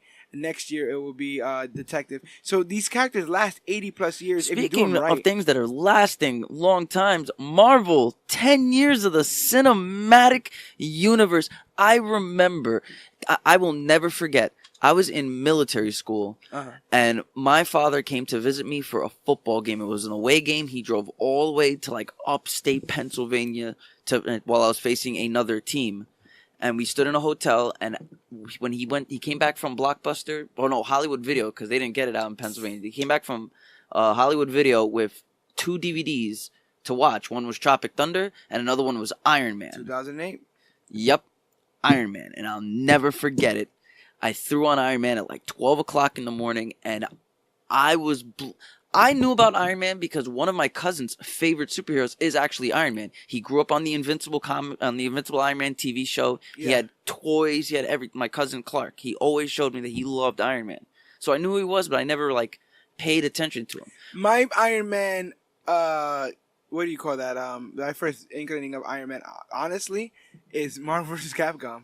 Really? There's a photon, the torpedo, and the proton cannon. Yes, proton cannon. I remember that move. And barely anything else. Like, I knew he was on the Avengers, but I knew nothing about like Tony Stark or any of that kind of stuff. It's funny because I was in my first year of basic training. I had just did basic training, and I was doing my advanced individual training, which is your specific job training in the military. And so that was like in the beginning of that was very military, right? That's crazy. We were both in a military background setting while experiencing this. He's in a Humvee when it gets an ID, and that's how he gets put in the cave and stuff. So it definitely rang true to me. But mostly because of how grounded it was. But when you go from like that to where we get like Ragnarok or Guardians 2, like I'm so glad to have seen the evolution of this, where they had to like every origin story was just beautiful. And Captain America, a superhero I used to make fun of growing up. Everybody made fun of Captain America. No one took him seriously. And then I watched Captain America in the first Thor the same day because it was like one of those deals on demand. Yeah. So they came with 2 of them. Yeah. And I fell in love with Captain America in a way I never thought. And I'm glad that movie came out because that movie is perfect to me. And I've gone on record to not liking Thor, but I've given it its fair chance one more time. And I kind of, there's moments, it's not as bad as I remember, but the first Captain America is the first stepping stone to the perfect comic book trilogy. Part because it's for Marvel. It's the perfect comic book trilogy for Marvel. Me, I say Dark Knight is the perfect comic book trilogy for DC. Yeah, but that's like every movie was just better. Winter Soldier. I remember watching Winter Soldier in theaters, going crazy. I just like that they baited the world with the sort of kind of sci-fi, but for the most part grounded Iron Man. And then got them to believe in the guy who can do magic. Oh, no, they had a lot of real like science. Yeah, and then got him to believe in somebody with a time stone, and then got him to believe in somebody with a Walkman, and talking to a tree and a raccoon. Like, it started so grounded, but I'm glad that they were able to bounce off to all the other genres and tell all the good stories that Marvel has to offer, because they do get fantastic, amazing, spectacular, immortal? Like the what is it? The Avengers Infinity War it's the highest grossing comic book superhero movie of all time. The highest MCU film of all time. The 4th highest grossing movie of all time with $2,446,901. Like yeah. It's ridiculous. And before, like the Iron Man trilogy, as far as gross wise, that was the best comic book trilogy because they were on the top 5 highest grossing movies of all time. You had Iron Man 1, 2, and 3, and now it's the Avengers trilogy as the top 10 highest grossing comic book movies of all time. It's ridiculous because these fans keep wanting to go back for it. I saw Avengers Infinity War in theaters maybe like 6-7 times. But that's what's funny about that though is that normally, when a franchise or somebody comes out with a film, and it is, it hits this. Well, first of all, this doesn't happen every so often, but this in particular hit $2 billion, right? Over $2 billion. And normally, like, let's say this was a Transformers or whatever, you'd be like, oh, wow, Disney had a good year, or Universal had a good year, But they had that, and they got $622.6 million from Ant-Man and the Wasp, and then also 1.36, 346 million from good old Black Panther. Oh, Black Panther is still, dude, in the top 10 highest grossing movies of all time. Yeah, $1.3 billion. So it's like in 1 year they got over $3.3 billion. Or not even, about $3.3 billion, and it's just like, this is just gangbusters for them. This is just a money-making and they're not machine. stopping. This is only the first 10 years. Right. This is just the first 10 years. Just because their actors are going away and they're not signing properties anymore, doesn't mean they're not. Captain Marvel is gonna own a new wave. We are on phase 5 now? Phase 4? Phase 4?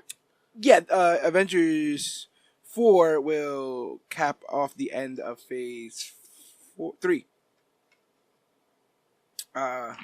Yeah. But Avengers and Black Panther weren't the only movies that came out in 2018, even though both of them were great. And I'm telling you the truth, Black Panther sort of kind of impressed me. It was a different kind of story. And it wasn't as bad as I thought it was going to be. I'm always excited for just a unique take on things. Like, take me to a different world and world build, because our world is universal everywhere. If I get off now, I don't mean that to be insensitive to people's cultures and be insensitive to people's just to see things. new cultures, a diverse culture. I feel what you mean. You know, like Detroit, the movie that takes place in Detroit is gonna look like the movie that takes place in Canada. It's gonna look like the movie that takes place in San Francisco. But I understand what you're trying to say is because Wakanda isn't a geographical place in our Earth. We can't go to a Wakanda. So to see that kind of world building of a comic book world is great. You know Gotham. You can go to Gotham. You can go to Manhattan, Detroit, Chicago. Those are Gotham. You can see Metropolis anytime. You can see Kansas. That's a real place. Right. But Wakanda is this own prosperous culture in Africa that has a technology that we don't have. Yeah. The only person that has that technology is Captain America. That's it. Vibranium is a Wakandan thing. Right. So I understand that world building is going to be new and inventive, and I love that giant panther that's like a statue that's showing near their village. And their spaceship and all that technology were pretty cool. And then Avengers Infinity War was an achievement. I mean, I kept saying over and over again that the common movie fan, not comic book movie fan, I'm talking about general movie fan, won't understand the scope of this cinematic universe. No, it's not a movie that you can just see. Well, just also the cinematic universe aspect of it, like this, no film in history has been the culmination of 15 films. You understand? No, it was 19, 19 yeah, it was not because Ant-Man and the Wasp is 20. Yeah, 19 films. No film in history has literally been. This is all leading up to this. Nothing. Because all those kinds of films we've had have only been. The only film that would be on that kind of scale is Harry Potter. Or Bond, but Bond. No. The reason why I wouldn't say Bond is because Bond isn't world building. You're seeing every character from start to finish. Bond is just different stories. They're books. Harry Potter. As a child, I grew up with Harry Potter. Because you're a little old. You must be a little older than me. A nice little goatee got there. So I grew up with Harry Potter as a kid. Like I grew up around the boy that lived. Yes. I'm not too much younger than Daniel Radcliffe. Right. So watching Harry Potter be that kid in the staircase, to be that adult that took down Voldemort, his enemy, like that kind of world, I can see that kind of scale in Avengers, Infinity War. But you would have to, like what we did, you have to follow these characters. If you didn't follow MCU from 2008 to now, then Avengers Infinity War would do nothing for you. It doesn't matter how many movies, you can watch every single movie and then watch Infinity War. If you didn't follow it for 10 years, you're not going to feel it. I also feel like some people say that that's what discredits it from the great comic book movie debate. That because if you don't have the background, like as a standalone it stands on its own as a quality film. 'Cause not only do we get a villain that we've never seen before in a scale that we've never seen, the second Avengers Infinity War starts, you get a distress signal. And then once we have our introduction to Thanos, it's by his own people, bowing and worshiping him. So this isn't an Avengers film. Let's not get it twisted. This is a Thanos movie. This was his film. He's the protagonist, and the antagonist is the Avengers trying to stop him getting the gauntlet and all the Infinity Stones. So that's what this movie stands on its own. Oh, and also, like you said, a lot of people thought that Killmonger brought a new thing to light. So that also shows like this change in the villain dichotomy that we haven't seen since The Dark Knight, where people are like, I've kind of seen villains that honestly, every villain that's a villain to the main character is always scorned. How many Tony Stark villains are we going to get that was scorned by a Stark? Well, who knows? Because we don't even know if we're getting Tony Stark for the next 10 years in Marvel, right? Well, you know what? Hey, listen, right now we don't need Iron Man. Like there's so many comic book people that we need. That's true. And stranger things have happened because on my Earth, Venom grossed $823 million, And a lot of that is from overseas. You know, majority of it is actually from overseas. After seeing Venom and letting it stew in my memory, it wasn't bad. It was not bad. If I had to think of every bad comic book movie, I don't think I would put Venom anywhere near the list because I think it's better than all of them. Do you think Venom is better than Justice League? You know, it's hard because they're both to me, they're both together on the same excitement and then disappointment, but still entertainment. So it's you know what makes both those films for me, honestly. And I didn't hate Venom. The Venom, review is part of is one of the episodes in the Major Issues podcast. But I think that what saves Venom and Justice League for the most part to me is the visuals. Yes. So once you get past being, I guess impressed by the visuals, you kind of just have to settle in for the story. Well, the thing is the story in Venom seemed a lot more coherent than the story in Justice League, because they were trying to do so many different things that just failed. They were trying to have this ensemble cast, but this deep, compelling story, and then you have Superman's bad guy coming in, and it was just so hard to follow. That Venom, it was easy to follow. It was alien comes to Earth, bad guy acquires alien, good guys try to stop bad guy, good guy wins. Everything else was just visual fodder. Venom was I thought the visuals for Venom was amazing. Hearing that voice was amazing. And you know what? Being in a dimension where I had to sit through Topher Grace as Venom. Oh, I guess that's just a curse of all the dimensions. I didn't do something. Oh, it's in your dimension too? I think that's something that goes through. That's terrible. But this is getting a resurgence. And I think also the PlayStation Spider-Man game, I think, has increased people's love for the character. Love for all the characters that are not just Spider-Man. So you have Miles Morales, getting blown up, and he's gonna have his Into the Spider-Verse film. And now with Venom, I've been a fan of Miles Morales for years, and I'm so glad now that I'm just seeing him get the attention that he deserves. Because back when I first looked at Miles Morales, when I caught him in a comic book, I said that if he was ever gonna come to the big screen, he should be played by Jaden Smith. I don't think anybody else can take over the look that he had in the comics compared to Jaden Smith. Afro or shortcut hair, doesn't matter. No, I dig it. But this gives Sony more gas to be like, we're not giving up this Spider-Man guy. You feel me? No, definitely don't do that.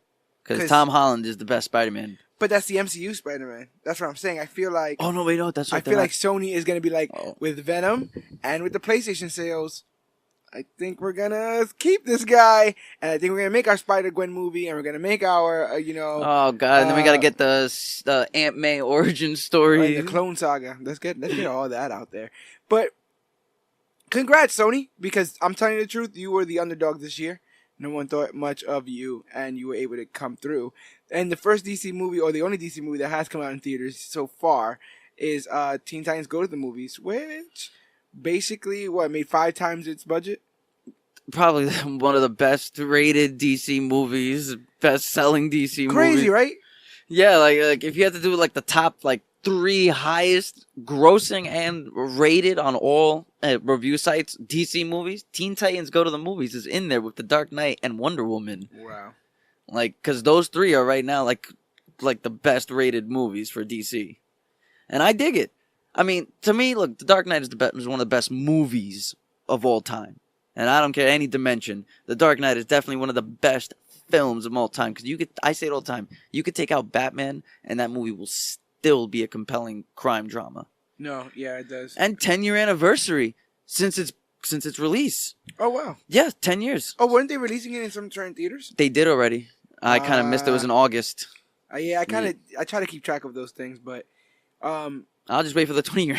I genuinely have fun with Teen Titans Go to the Movies, and that and Lego Batman is keep it animated if you gotta keep it light. Oh my God! Thank God for the animated DC films that are coming out in theaters right now, because Lego Batman, I've seen it like 6 times, and I just can't every time stop I see it, it's seeing really it. good. It's better every time I see it.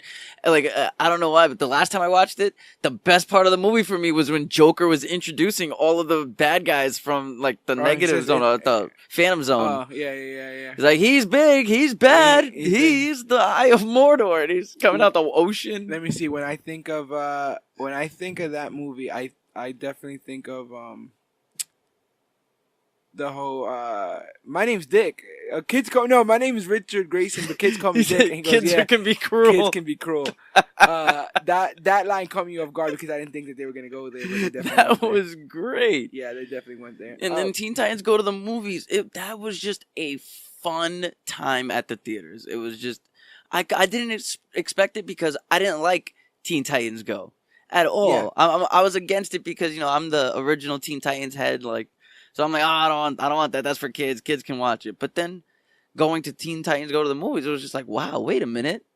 I might actually give the show another chance because this is actually pretty funny. Like, I get it. It's for kids. So if it's for kids, point it for kids. And Eber Roper said it best. Like, it's like if you're going to make something for kids, at least do it where the adults can have fun. Also. Yeah, and you don't also got to make it like, because sometimes when people hear that adults have fun too, it's a lot of wink, wink, nudge, nudge stuff. And I'm not a fan of that either. Like, I want, you understand, like, just be straight up with me. Just, say it how it is. I'm much bigger. Like, all the jokes, the soundtrack, I downloaded the soundtrack, that Crack an Egg on it. Like, all of that was just great.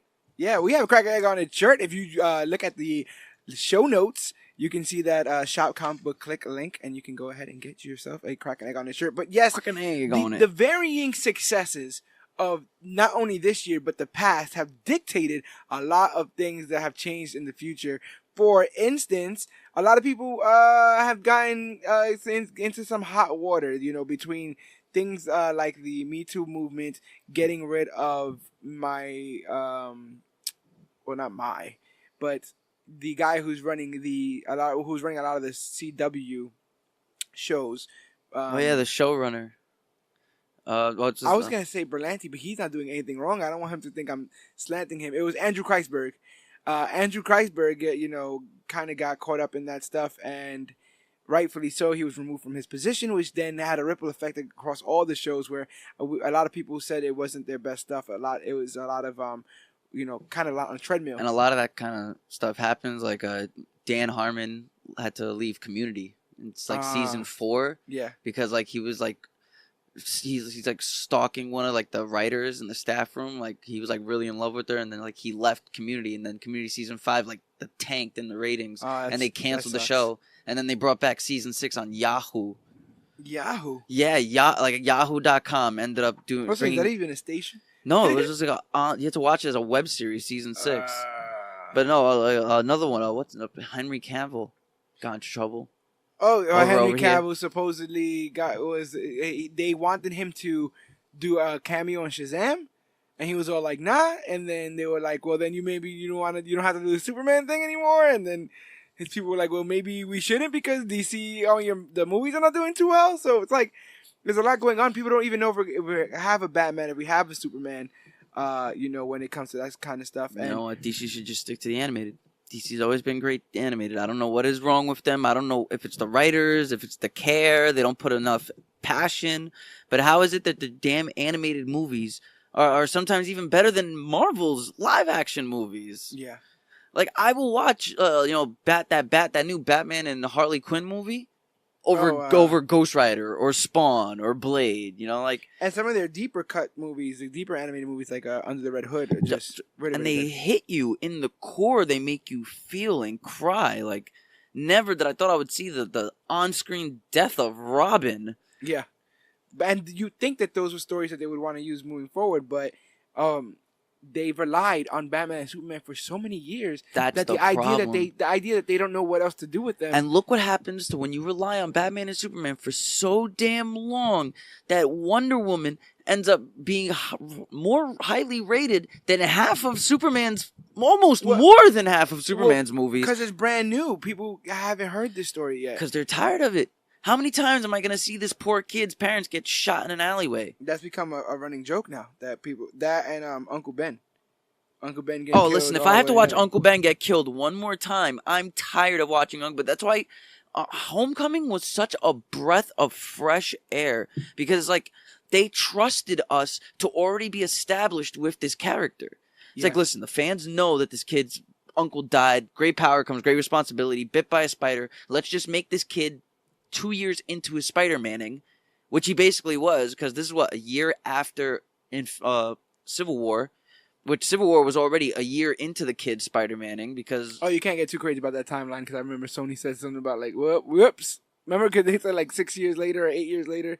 Oh, my God, yes. Yeah, that everything, their whole timeline is messed up. And now I'm supposed to believe, and even though, listen, Kevin Feige is probably one of the greatest filmmakers of today. Like, if you want to go by filmmakers, I call him like the conductor. He's the conductor of this whole orchestra. He may not be like a director, writer, but he doesn't have to be. He is the production showrunner of the greatest comic book franchise of all time. So I trust him, but to just look at me and tell me, like, yes, that kid that Iron Man saved in Iron Man 2, that's Spider-Man. Come on. Now you're going too far. Well, people like... a little bit too far. People like connective tissue. They're trying to. I guess they're just trying to make everything more meaningful. So he's just telling everybody that their theories are correct. He's like, yes, your theory is correct. Yes, your theory is correct. Or maybe he's trying to say that sometimes things you do in your past come back to haunt you, or at least come back at you, because that's what happened to my man James Gunn. He was out there. He was out there gunning on Twitter, and then he got gunned himself when they found the stuff, his tweets from 10 years ago. Is it my place to say if those jokes were funny or not? No. But is it my place to say, should you fire him over something he said 10 years ago? No. Look at this. I get that. I don't know about your timeline, but in my timeline, Disney got enough skeletons in their closet to bury a cemetery. Oh, I get that. Yeah, so I can see that. To fire James Gunn over some of these tweets, and some of these tweets are a little bit, like, over the line. What one I got here? This hotel shower is the weakest ever. Felt like a 3-year-old was pissing on my head. It's a joke towards the water pressure of the shower nozzle, but it wasn't that but it's also the idea that a lot of the stuff that they say is pedophile and like offensive, kid related. I think it was the idea that it connects dots. Like, it's like when someone says something racist, and at first you're like, wow, that was kind of racist, and then you're like, oh, and that other thing he said was kind of racist, and oh, and one day he said, you know what I'm saying? Yeah, you know trying to recontextualize everything. Making edgy posts on social media and actually, doing something are two different things. I understand people going after Harvey Weinstein. That man is a disgusting pig. Sexually harassing over 150 female actresses in the last 25 years. That's disgusting. But James Gunn never did anything. He's never even been accused of doing anything. No one's ever came to light and said, 20 years ago, James Gunn touched my leg. Yeah, no, I get that. You're right. So for him to say something edgy and to be accused or be, found guilty is two totally different things. And the things that this man did in the MCU, you shouldn't fire him over. I mean, listen, I don't know if one could, because you get into a sticky situation when you start saying that somebody's legacy should outshine their stupid posts. Stupid posts. And it's not like he wasn't like disparaging race or anything, but no, you're not. Listen. In the days of the fires comes the days of the hires, and I don't know how you feel, but I kind of nervous about Joaquin Phoenix as Joker. Well, I'm a little good with that, but with as far as the last thing I want to say in the James Gunn situation is that it ends up becoming a sunrise sunset situation, because while he did get fired from there, it seems like they picked him up for Suicide Squad 2. Well, I mean, Suicide Squad 1 was basically Guardians of the Galaxy, just like if you bought a Krasdale or American Choice instead of Kellogg's. I don't think that's an unfair criticism of that at all. Yeah, I was in theaters, I was enjoying it, I was having fun, and then I heard then they did the music choice, and then I just started rolling my eyes because they did like 3 songs literally back to back to back. Every character introduction was a new song, and I'm just literally sitting here rolling my eyes. Now you have the whole Suicide Squad doing a little weapons up montage, everyone getting dressed to Eminem Without Me, and I'm just like, that all works if you did all those scenes separately, like right, like if you If these were different episodes of a television show, maybe. I mean, even if they were spaced out, at least James Gunn spaced his songs out. Yeah. See, the beautiful thing about James Gunn that I can't get out of my head is this man wrote Guardians of the Galaxy Volume 2, which also has surrounded a lot of heart by in it too, music and heart. Like you wouldn't think that somebody who you would see as like a creep or whatever would have that much genuine good vibes. But I always say, like, when you hire James Gunn, you know what you're looking for. But there's no way anyone could have anticipated looking for that, though, right? I mean, like, they hired him to write the script of Scooby-Doo, and what does he give us? A genuine, scary horror story. They hired him to write the script for a zombie movie. What does he give us? Zombie babies that need to be gunned down and killed.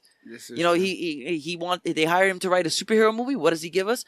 A Christian Mormon that's wife is being kidnapped by drug dealers. Now he gets dressed as a superhero and attacks people with a 15-year-old sidekick that rapes him in one of the scenes. This is James Gunn. Yeah. This is the edgy, angsty scripts that he gives us, and it's comedy. It's funny. You think funny. that's going to translate to Guardians? I hope. I mean, not Guardians. The Suicide Squad? Yeah. You know what? I think it will. If he takes the time that he took to do Guardians of the Galaxy Volume 2 script that he does with Suicide Squad 2, I think he will. Because he understands music. That's the thing. He understands music. And you know who understands being crazy?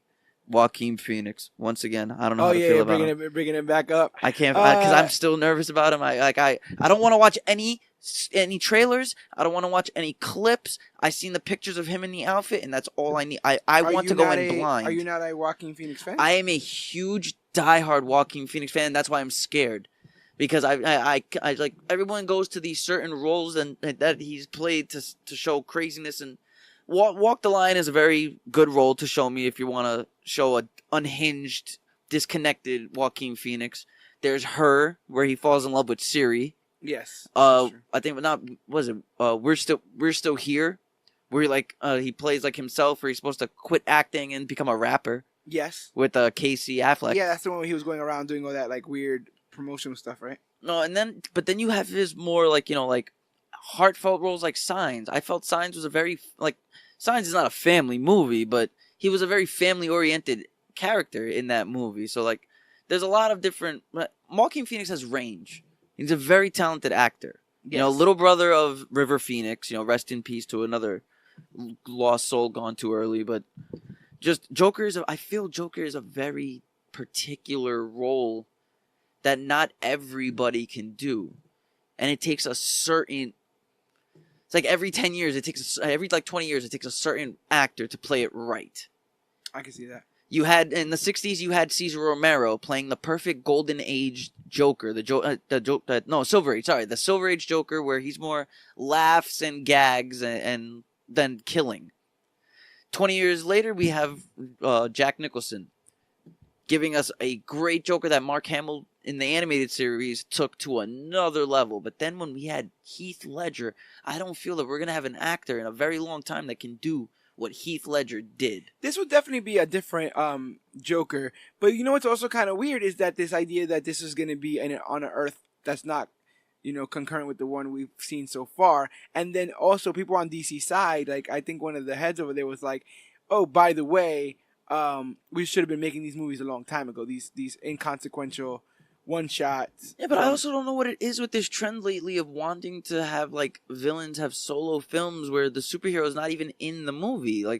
Venom gets a movie where Spider-Man doesn't exist. Joker's getting a movie where Batman probably doesn't exist. I just feel like people are trying to strip the property clean. Literally trying to gut. Because they're trying to find when you get a vehicle and they just strip it from all the parts to see what they can sell. Well, I feel they also know that Joker is a very high-rated character as far as fans go. The fandom for Joker is crazy, so they're gonna want to see a Joker solo movie. Yeah. I think it's all money. In my head, it's money, money, money. What's gonna make the most money? A Joker movie is gonna make us some money after having a Justice League flop. And who knows what direction DC is going in general because of that big news that also came down where Jeff Johns stepped down as the president of the DC film branch. Yes, and now we have a new president. Yes, Walter Hamada. And one of the first things that came out of DC also was that they were getting Ava DuVernay from Wrinkle in Time, I believe. Oh, that garbage movie. To direct New Gods. But I mean, it's no. The effects look good. No. The effects look good. Yeah, but then you have Justice League. Yeah, you're right. Yeah, I literally just made that point 5 minutes ago. But no, you're right. Yeah, you're definitely right with that. Another hire is what I find to be great is comic book movies going into the roles of more diverse behind the scenes people, writers, directors, and now like guys like Ryan Coogler, Patty Jenkins directing a female Wonder Woman movie that like, goes crazy. Hello. Well, I mean, different timelines. My Wonder Woman's a man. His name is I Roger. I like that. I like that. But Marvel hires its first female composer, Pinar Toprak. I heard that she's the first composer of like any comic book movie. Yeah, the first female. The first composer. The first female to compose. We've been watching silent films for the last 20 years on my earth. I don't know what's going on over here, but yeah, it's good to see. It's good to see that they're not shying away, and I wonder if it's because of that success of these what are these fringe demographics? I mean, come on, people. Everyone's human. Like, if you have the talent, you have the talent. Exactly. Like, you have the talent, do the job. I don't care if you're a guy, girl, or dog. If you can compose an amazing, heartfelt, compelling score, then do it. I don't know. I think I care if you're a dog. You think you care if you're a dog? A dog director? Call the Airbud people. I think I have an idea for the next movie. Well, I mean, the rumor is I heard in this dimension that Blade and Spawn were both directed by a dog. Oh, wow. Rottweiler, too. Wow, that sounds pretty cool.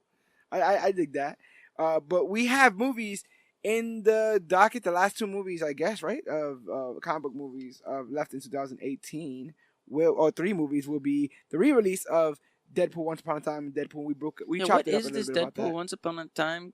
In Deadpool? Yeah, is it like supposed to be like Deadpool PG, 1 and 2? It's supposed to be a PG Deadpool 2. A PG Deadpool 2? So it's Yes. the same thing, so it's like if Deadpool came out on TBS. Right, but with new scenes to then stick to then glue between the stuff. Dude, this is like the third Deadpool 2 movie then, because you have the original theatrical release. Yeah. Then you have the Deadpool super duper cut. Yeah. And now you have Deadpool Once Upon a Deadpool. But the funny thing is, a lot of that super duper cut was stuff they couldn't show. So now imagine it even gutted more, right? Because the original movie would be gutted from the super duper cut. Okay. So the super duper cut would be the act like a director's cut. Right. So and then the theatrical cut is what we all saw in theater. What was allowed to be seen. So and that's why a lot of the jokes were like longer or different. Right. Okay. Yeah. I like the super duper cut. They played a lot more in the super duper cut with the idea of him committing suicide. Like there's that is in there more, and so is the Hitler. That's the Hitler ending credit scene. Yes, thank God, because I heard they cut it. I don't know how that Deadpool thing is gonna go, but I'm definitely in the bag for Spider-Man Into the Spider-Verse, which I think is going to bust open these properties for Sony, where you're going to be able to play with Miles and Gwen and Spider-Ham and Noir, and Nick Cage voicing both Spider-Man, Noir, and Superman this year. That's crazy. He's killing it. And never did I think a song would get me more hype for a movie than anything, but the hit single for the Into the Spider-Man. Yeah, that song got me. It has me hyped for the movie itself. I never thought. And the video is so kind of cool and hip. It's really, really good. Oh, one last thing here. Let's not forget, because I don't like him as a person. He can have good movies sometimes, but I hate Mark Ruffalo. As a person, I just... Why? What's your beef with Mark Ruffalo? He's very pandering and he pulls audiences. Like, he wants people to like him, that he'll go to these rallies and just start spewing nonsense that he has no idea what he's talking about. I categorize that as being over enthusiastic, but I can see you call it over enthusiastic. I call it pandering. Like, I can see how you might like see it that way, he's trying to explain women's rights to women's at an all women's march, and I'm just like, come, what are you doing up there with your glasses? But he was also in what was that thing? The Post? Was he in the Post? I haven't seen The Post yet. I want to see that new Tom Hanks movie that came out last year. What is Tom Hanks going to be in a superhero movie? You want to hear fun fact about Tom Hanks? Reed Richards, Tom Hanks. Yo, wow. Let's do that. Want to hear fun fact about Tom Hanks? What's up? Both Tom Hanks and Colin Hanks both played an interpretation of Mr. Rogers. Oh, wow. Tom Hanks is in the new Mr. Rogers movie that's coming out, and Colin Hanks played Mr. Rogers on Drunk History. That is kind of cool. I find that funny. Wow. Yeah. Oh, that's funny. But yeah, Mark Ruffalo, since I hate him, I'm kind of glad that he opened his mouth and got himself fired. Well, I mean, I think he got put in timeout, definitely, because I don't know what the Roosters are going to be doing post Well, Avengers. Listen, I hope the Russos continue working with the MCU and working with Feige because they're doing good right now. Well, they also got something down in the pipeline that we'll discuss when we get to some of the stuff that they're doing. Did you know they used to work with Dan Harmon? Yes, they worked on. They had their own. Both of them, all three of them had like this little. It was Harmon Russo's production. It was a whole little like production company. And those guys are talented. Talented writers, talented directors. Like I dig it. I'm ready for anything that the Russos give me. But the entire world is waiting on bated breath for Aquaman. Will this be another thing that sinks, or will this be a thing that floats? Or give me more water-based metaphors. I like Patrick Wilson. Is this gonna hook us, or are we gonna step on a starfish? I'm not getting good at this. It's gonna stink like tuna.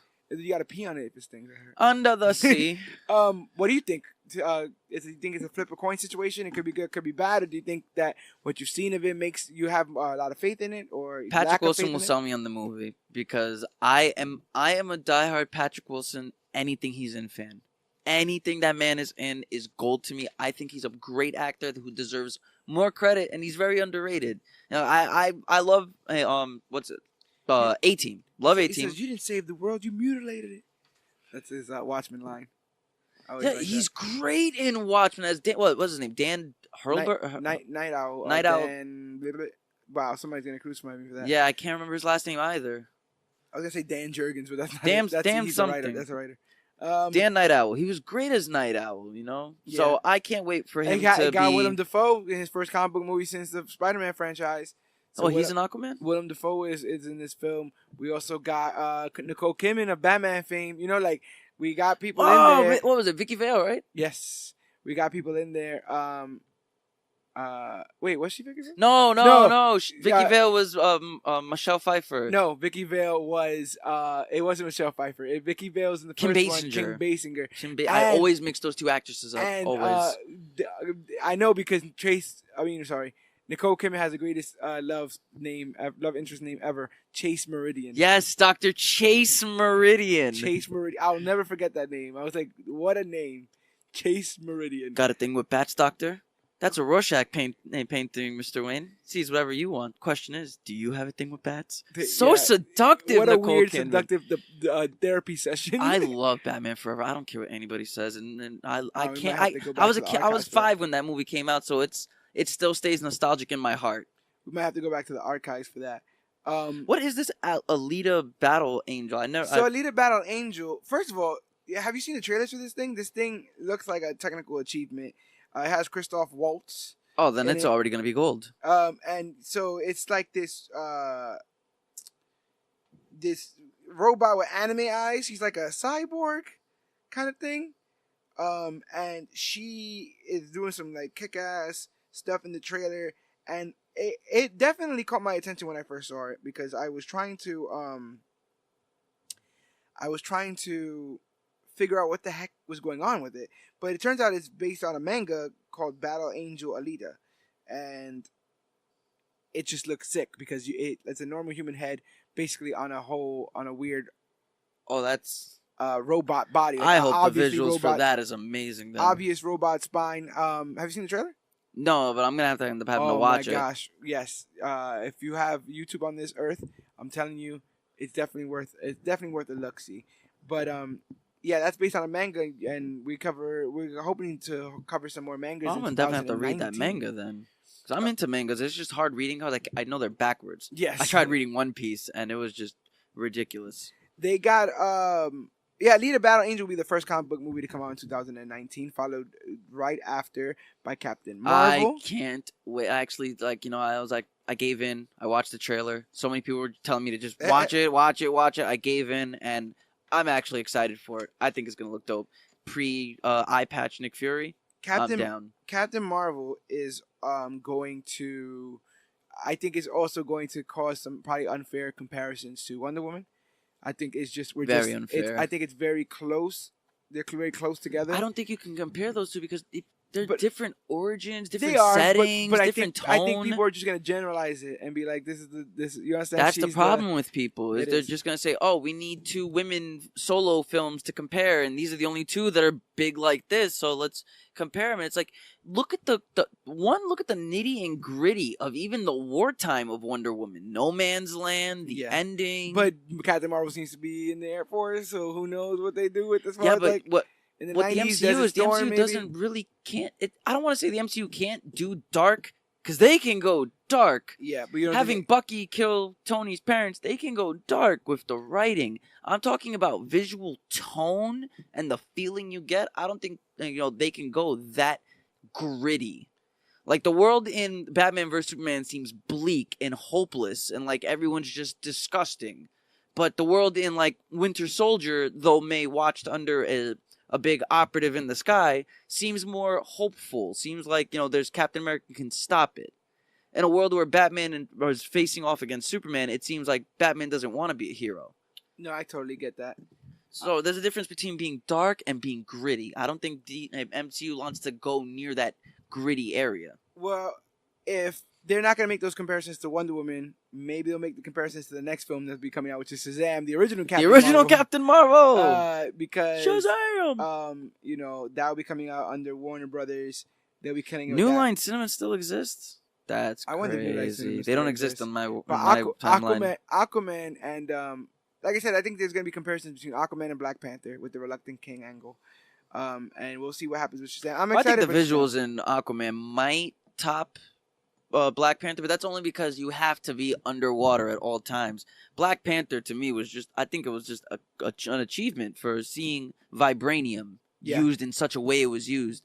The way his suit had this kinetic energy where it pushed back all of his attacks. I thought that was stuff like that. But what if you find out there's some Atlantean technology that's going to be in his trident? Oh, I think Manta Ray is going to also steal the visuals. Black Manta? Yeah, I'm thinking of SpongeBob. Rest in peace to the creator of SpongeBob. That's also kind of true. Animation hero. Guru. He was an animation hero, man. He was the showrunner of SpongeBob. That's Nickelodeon's longest running TV show right now, because it came out in 1997. Yeah. And Shazam is also one of those long-running comics, and finally he's making Shazam was always underrated to me.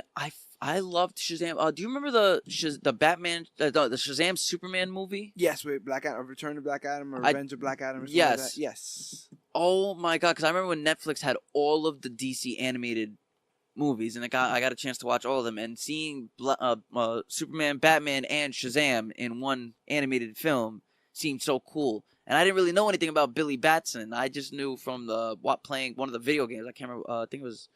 He was in DC versus Marvel. I mean, DC versus Mortal Kombat. And he was it. DC versus Mortal Kombat. He's also in Injustice 1. He dies. Superman laser visions through his head. Yep. So hopefully we see none of that in the Shazam movie. You guys can't see it, but I'm just shaking my head at that. What you thinking of my man from Stranger Things as Hellboy? I have to give that a chance. My girlfriend is literally Stranger Things? You love Stranger Things. Yeah, you know how girls chew your ear, start this.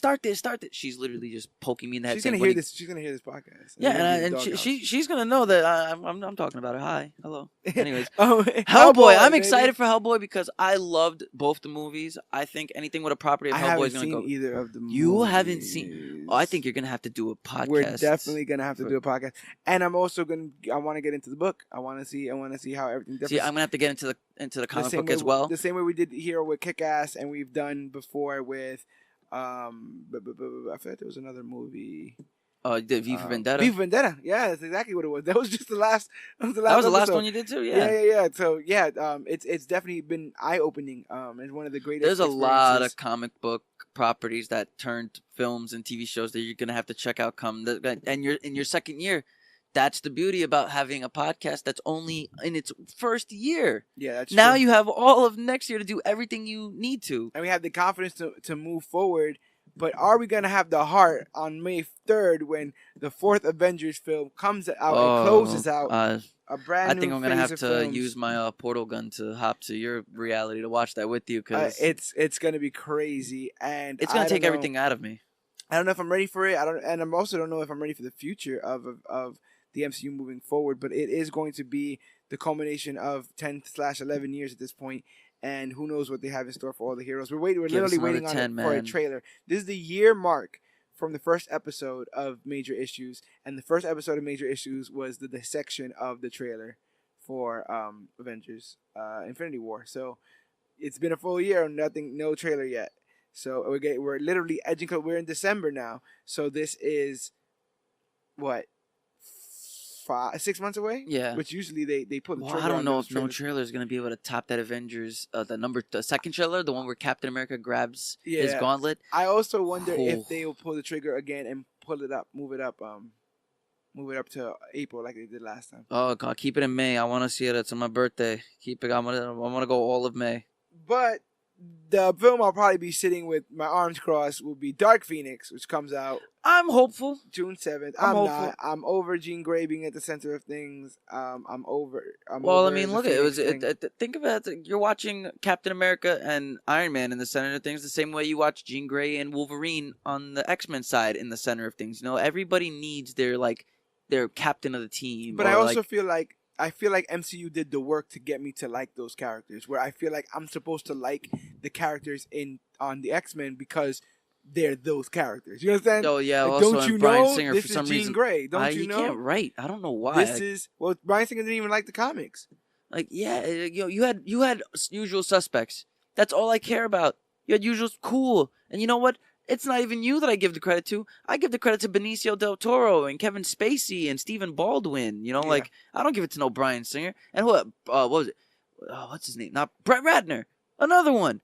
Another one I don't like. I like. I also heard he got into some Me Too. Another Me Too. He got into some stuff. He was. I actually hate Brett Ratner because he tortured Ellen Page and Anna Paquin on set.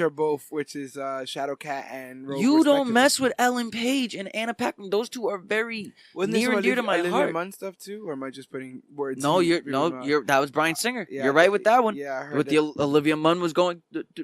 Olivia Munn got pissed off at I can't remember what movie she was in, but the director brought in an extra to play in a role. It was a friend of his, and he ended up being a known pedophile. Like he's a registered pedophile. I heard about that. Yes, and when she found out about his backstory, she flipped out, outed him, got pissed off at the director, and then just stormed off a set and wanted an apology, or she was gonna leave the movie. I don't blame her. But that things on that side with that franchise have just been out of control. But we'll see what Dark Phoenix has to offer. And am I hearing it right that Tom Holland Spider-Man is his sequel is not going to be under MCU? It's always been under Sony. MCU has just been making them, which is kind of weird. So is it that Sony's gonna go back to making them? Because I don't think I can take another Avi Arad Spider-Man. But I wonder if they're going to write a back door somehow in Far From Home when it comes out in July. Because do we have writers yet? Because John Francis Daley was great as John Francis Daley wrote the original script. And if anybody that doesn't know who he is, I'm gonna tell you right now. If you've seen the movie Waiting with Ryan Reynolds, John Francis Daley is the guy that didn't have a word to say throughout the entire movie until the end. He was also the kid from Freaks and Geeks. I was about to say he's on Freaks and Geeks. Yeah, he's the kid from Freaks and Geeks. That is the writer for Spider-Man Homecoming. So, I hope they bring him back. If not, give me David S. Goyer. Well, let's see what David S. Goyer's been up to. Well, actually, according to IMDb, the writer for Spider-Man Homecoming is Sophie Broadgate, who did. Wait, did he direct it? I know he had something to do with it. Well, Sophie Broadgate. Which is funny because Far From Home was basically written by a committee. Yeah, it was like 6 people that wrote, between the director, 2 screenplay writers, and just other people.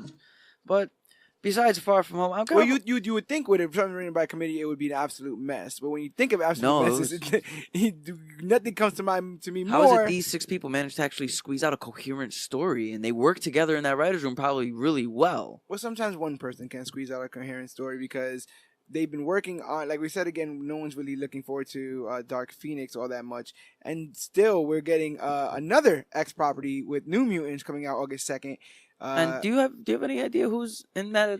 I know Maisie Williams is in it because I saw the trailer for this film 2 years ago when it came out in October. Christ, talk about development hell. I remember thinking this kind of looks cool because it looks like a horror movie based in the X-Men universe, but I don't understand how you go that route and just don't, take it to where horror movie in the X-Men universe. I'm down for that. horror movie. We wanted a R-rated Logan for so long, but and the funny part about the whole wanting an R-rated Logan is every time Wolverine was on scene and he had an action sequence, his fight scenes were always graphic and gory anyways, and he always kind of did curse when they gave him that one curse per movie. Remember in the animated series? Oh my god! In the animated series, his bone knives. It doesn't even sound hilarious. His bone claws, bone claws. That's so ridiculous. But his bone knives, his retractable claws. Yeah. He didn't use them on a person once in that entire animated series. I believe he it. only used them on robots and Sentinels. Sentinels. Right? Yeah. Chopped them up. He did not attack one person with going at it with the claws out. He always punched them with retracted claws. That's funny as hell. But hopefully we get something a little bit more dynamic in that New Mutants movie, because when we talk about dynamic, we were speaking about it before, the enigma wrapped in a puzzle, wrapped in a mystery, Mr. Joaquin Phoenix as the Joker in October. Halloween time, baby. Bring it on. You understand? With the Wayne Gacy makeup, make it sinister, make it crazy. Don't make me feel sorry for him, but who knows? Because Joaquin Phoenix has been playing a lot of tortured. Just be yourself, too. Matter of fact, that's kind of his type, right? Tortured. Socially inept. Yeah, he's tortured. Tortured, but the guy's kind of also a psychopath. Yeah, because you have to be mentally unbalanced to fall in love with Siri. And not for nothing, but Johnny Cash was not emotionally stable. No, Johnny Cash was not an emotionally stable real life person. So and I also saw another movie where he's with Gwyneth Paltrow. There's a movie with him, Gwyneth Paltrow. I know what you're talking about. He's socially inept, and he's So, that's gonna be good, but. What's crazy is, even though these movies have been doing a lot of heavy lifting, the TV has been killing it. Everything is back. Oh my god, the TV. Everything that's in production between the DC streaming service, I think Disney's getting now its own little thing, and it's on Ninja Turtles, everything. You got to think that it's on the strength of what I call the Arrowverse, what people call the Arrowverse. With you got Arrow coming back this year. It has come back in season 7 years of this show, while juggling Flash was in season 5, Black Lightning in season 2, Supergirl in season 4, Legends of Tomorrow in season 4. Like they're really carrying it. You got Agents of S.H.I.E.L.D. has been greenlit for another Gotham surviving the Fox cancellation, getting picked up. I think Gotham's gonna end it out. You know why I know? We know at least end it out right. You know why I know Gotham's gonna end it out? Because the channel Epix is getting the Pennyworth show. Really? Pennyworth is getting... Alfred is getting his own show on Epix. But there's a bunch of superhero shows that DC's trying to ramp up, because they're supposed to be getting Batwoman to CW. You got Swamp Thing, Harley Quinn, and Young Justice. And that's going to be that girl, Ruby Rose? Yes. Is going to be this Batgirl? Yeah. You got Batwoman, and you got Swamp Loki series on the DC streaming service? Yeah, well, you got the DC streaming service will have I'm not Disney. Disney. Swamp Thing, Harley Quinn, and Young Justice will be on the DC streaming service. I hope they bring Alan Moore to write a script or something. Besides Alan Moore writing for Swamp Thing, I would like David S. Once again, because David S. Goyer helped write Nolan. He helped write Nolan's Batman universe. But he also said that Ma and Pa can't are anachronistic, like they're old fashioned. To call them Ma and Pa can't, and I feel like Ma and Pa can't are a little bit, archaic in there. But do you know people call them that, and you know that parents like that still exist. I get that you want to move to a future where it doesn't, but I mean, we kind of live here now, and if you go to certain small towns, people are still calling their mother and father Ma and Pa. I think mommy. Wait, hold on. The calling them Ma. Yes. Oh no, that's a little messed up. I think he's crazy. Well, he's not crazy, but he gets the Dark Knight stuff. I get that, and he. This is the same kind of brain trust that says well, she doesn't ever have to be called Catwoman. You understand what I'm saying? So they get it. That's the one thing I don't like. A lot of these TV shows, and I don't want to blame Arrow, but causality a little bit. But yeah, I don't like this whole staying away from the comic book name, never saying it. Oh right, no. I they eventually got to calling him actually the Green Arrow, but they did the Hood and the Vigilante for forever. They were calling him what were they called? They were calling him the Archer for 2 seasons. Yeah, the Hooded Archer, something like that. Yeah. I don't Nolan's Batman. He doesn't really call him. They don't really call him Batman too much. Joker called him Batman through the whole movie. Yes, a lot in Dark Knight they called him Batman, but Batman Begins. you really only hear him say it once. To like Falcone, like pick somebody, like I'm Batman, like that's it. But and the truth is, like you said again with Batman, we were talking earlier about Batman and Superman, and their staying power and stuff. There's always gonna be a Batman show. So the idea that Gotham exists, the idea that Batwoman I'm waiting exists, for a real Batman TV show. I mean, but in the same sense, real Batman TV show. I'm also kind of glad that they're taking chances on other properties, like we said again with Swamp Thing and Harley Quinn and Young Justice. Disney Plus is literally taking every chance in the world with Loki, Scarlet Witch, Rocket. Are these like there's gonna be TV shows? Yeah. Rocket and Groot, Bucky and Falcon, Loki, Scarlet Witch. Like, they're really come on, trying Bucky and Falcon, they don't even like each other. But they're both Captain Americas. They both eventually become Captain America. So I think that you can end up telling a kind of sweet story with that. So we're gonna get a Loki series. Yes, but if we're gonna do that, I also heard it's confirmed that he's dead. So I don't know how they're gonna do this. I know how they're gonna do it. Ragnarok. During the time before Ragnarok. Oh yeah, because Loki was playing Odin. Yeah. So as that whole time that Loki was playing Odin, there must have been some sort of war or fight. That is time we have not seen, so it'll be very interesting to see if I'd be down for a Scarlet Witch series if they do that. Like I spoke a little bit about Titans, on the DC streaming service. That's the only current original DC streaming. I think at this point, it's anything is possible. If you look at Arrow, Flash, Supergirl, Black Lightning, Legends of Tomorrow, look at all the Netflix shows. I think anything is possible with a TV show if you do it right with the right writers and showrunners. You think so, but then you got basically majority of Marvel Netflix has been canceled. Daredevil. We covered Daredevil on major issues. We covered Luke Cage on major issues. I liked season 3. We covered Iron Fist season 2 on major issues, and all those shows got canceled. I think your podcast is bad luck, my friend. It might be, or the best luck ever, because maybe those shows move over to the Disney streaming service. We don't know yet. But when it comes to, you would think that good writer and good creative team just maketh the show. But there was situations even brewing when we hear about Guillermo del Toro's Hulk, where he says that he wrote the entire pilot for the Hulk and he wrote the entire script for Justice League Dark, and no one's made it. I knew that he wrote the script for Justice League Dark, and they just went with Zack Snyder's.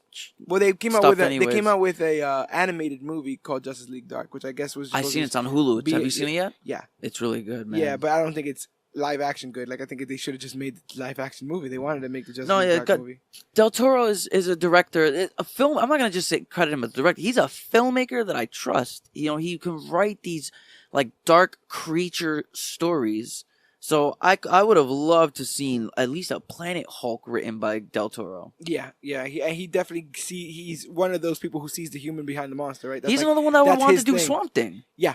Yes, I would love for him to do Swamp Thing. Yeah, he actually would do very, very well at Swamp Thing. I saw Shape of Water. You did too? Yeah. Beautiful movie. You can see somebody make love to a tree. If you can see somebody make love to if you can see Pan's Labyrinth, you can definitely see him doing Swamp Thing. Yeah, definitely. Like, he can handle those creatures. But besides all of those television shows that are in development, you have Deadly Class, which is something that I'm now getting on my radar, which is a Russo brothers production. It'll be on Sci-Fi for Image Comics. It'll be on Sci-Fi for Image Comics. It'll be the first time the Russos deviate from the Marvel Cinematic Universe, to my knowledge. And Deadly Class will be following a boarding school of assassins, kids that are training to be assassins, and I'm down for that. How school politics works into all that stuff there too. I also think that should be another read and watch.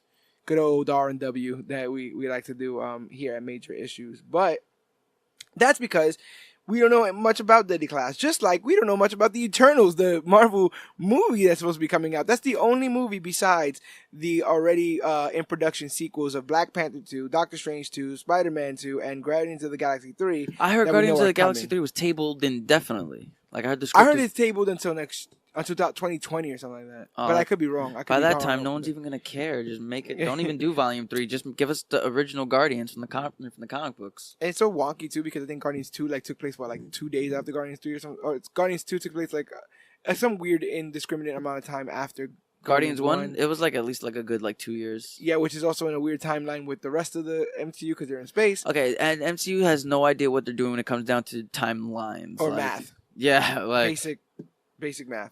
But I know that Avengers 4 feels so weird and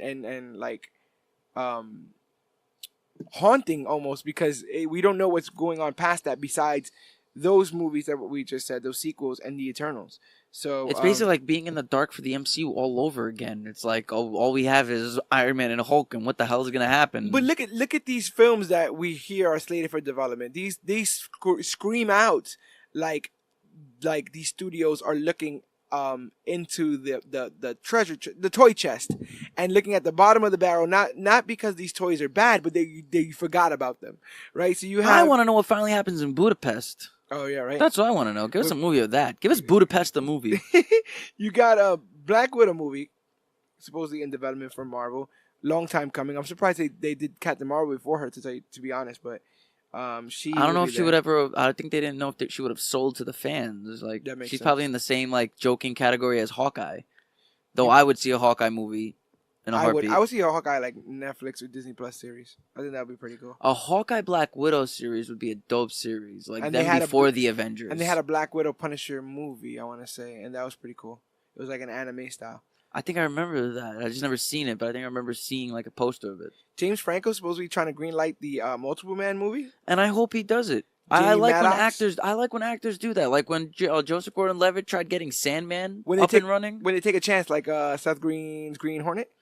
Yeah, I hope. Cause I actually liked Seth Green's Green Hornet. I didn't think it was bad because I don't have any like prior knowledge. Rogen's Green Hornet. Seth Rogen, yeah, Seth Rogen. Because James Franco was in that one too.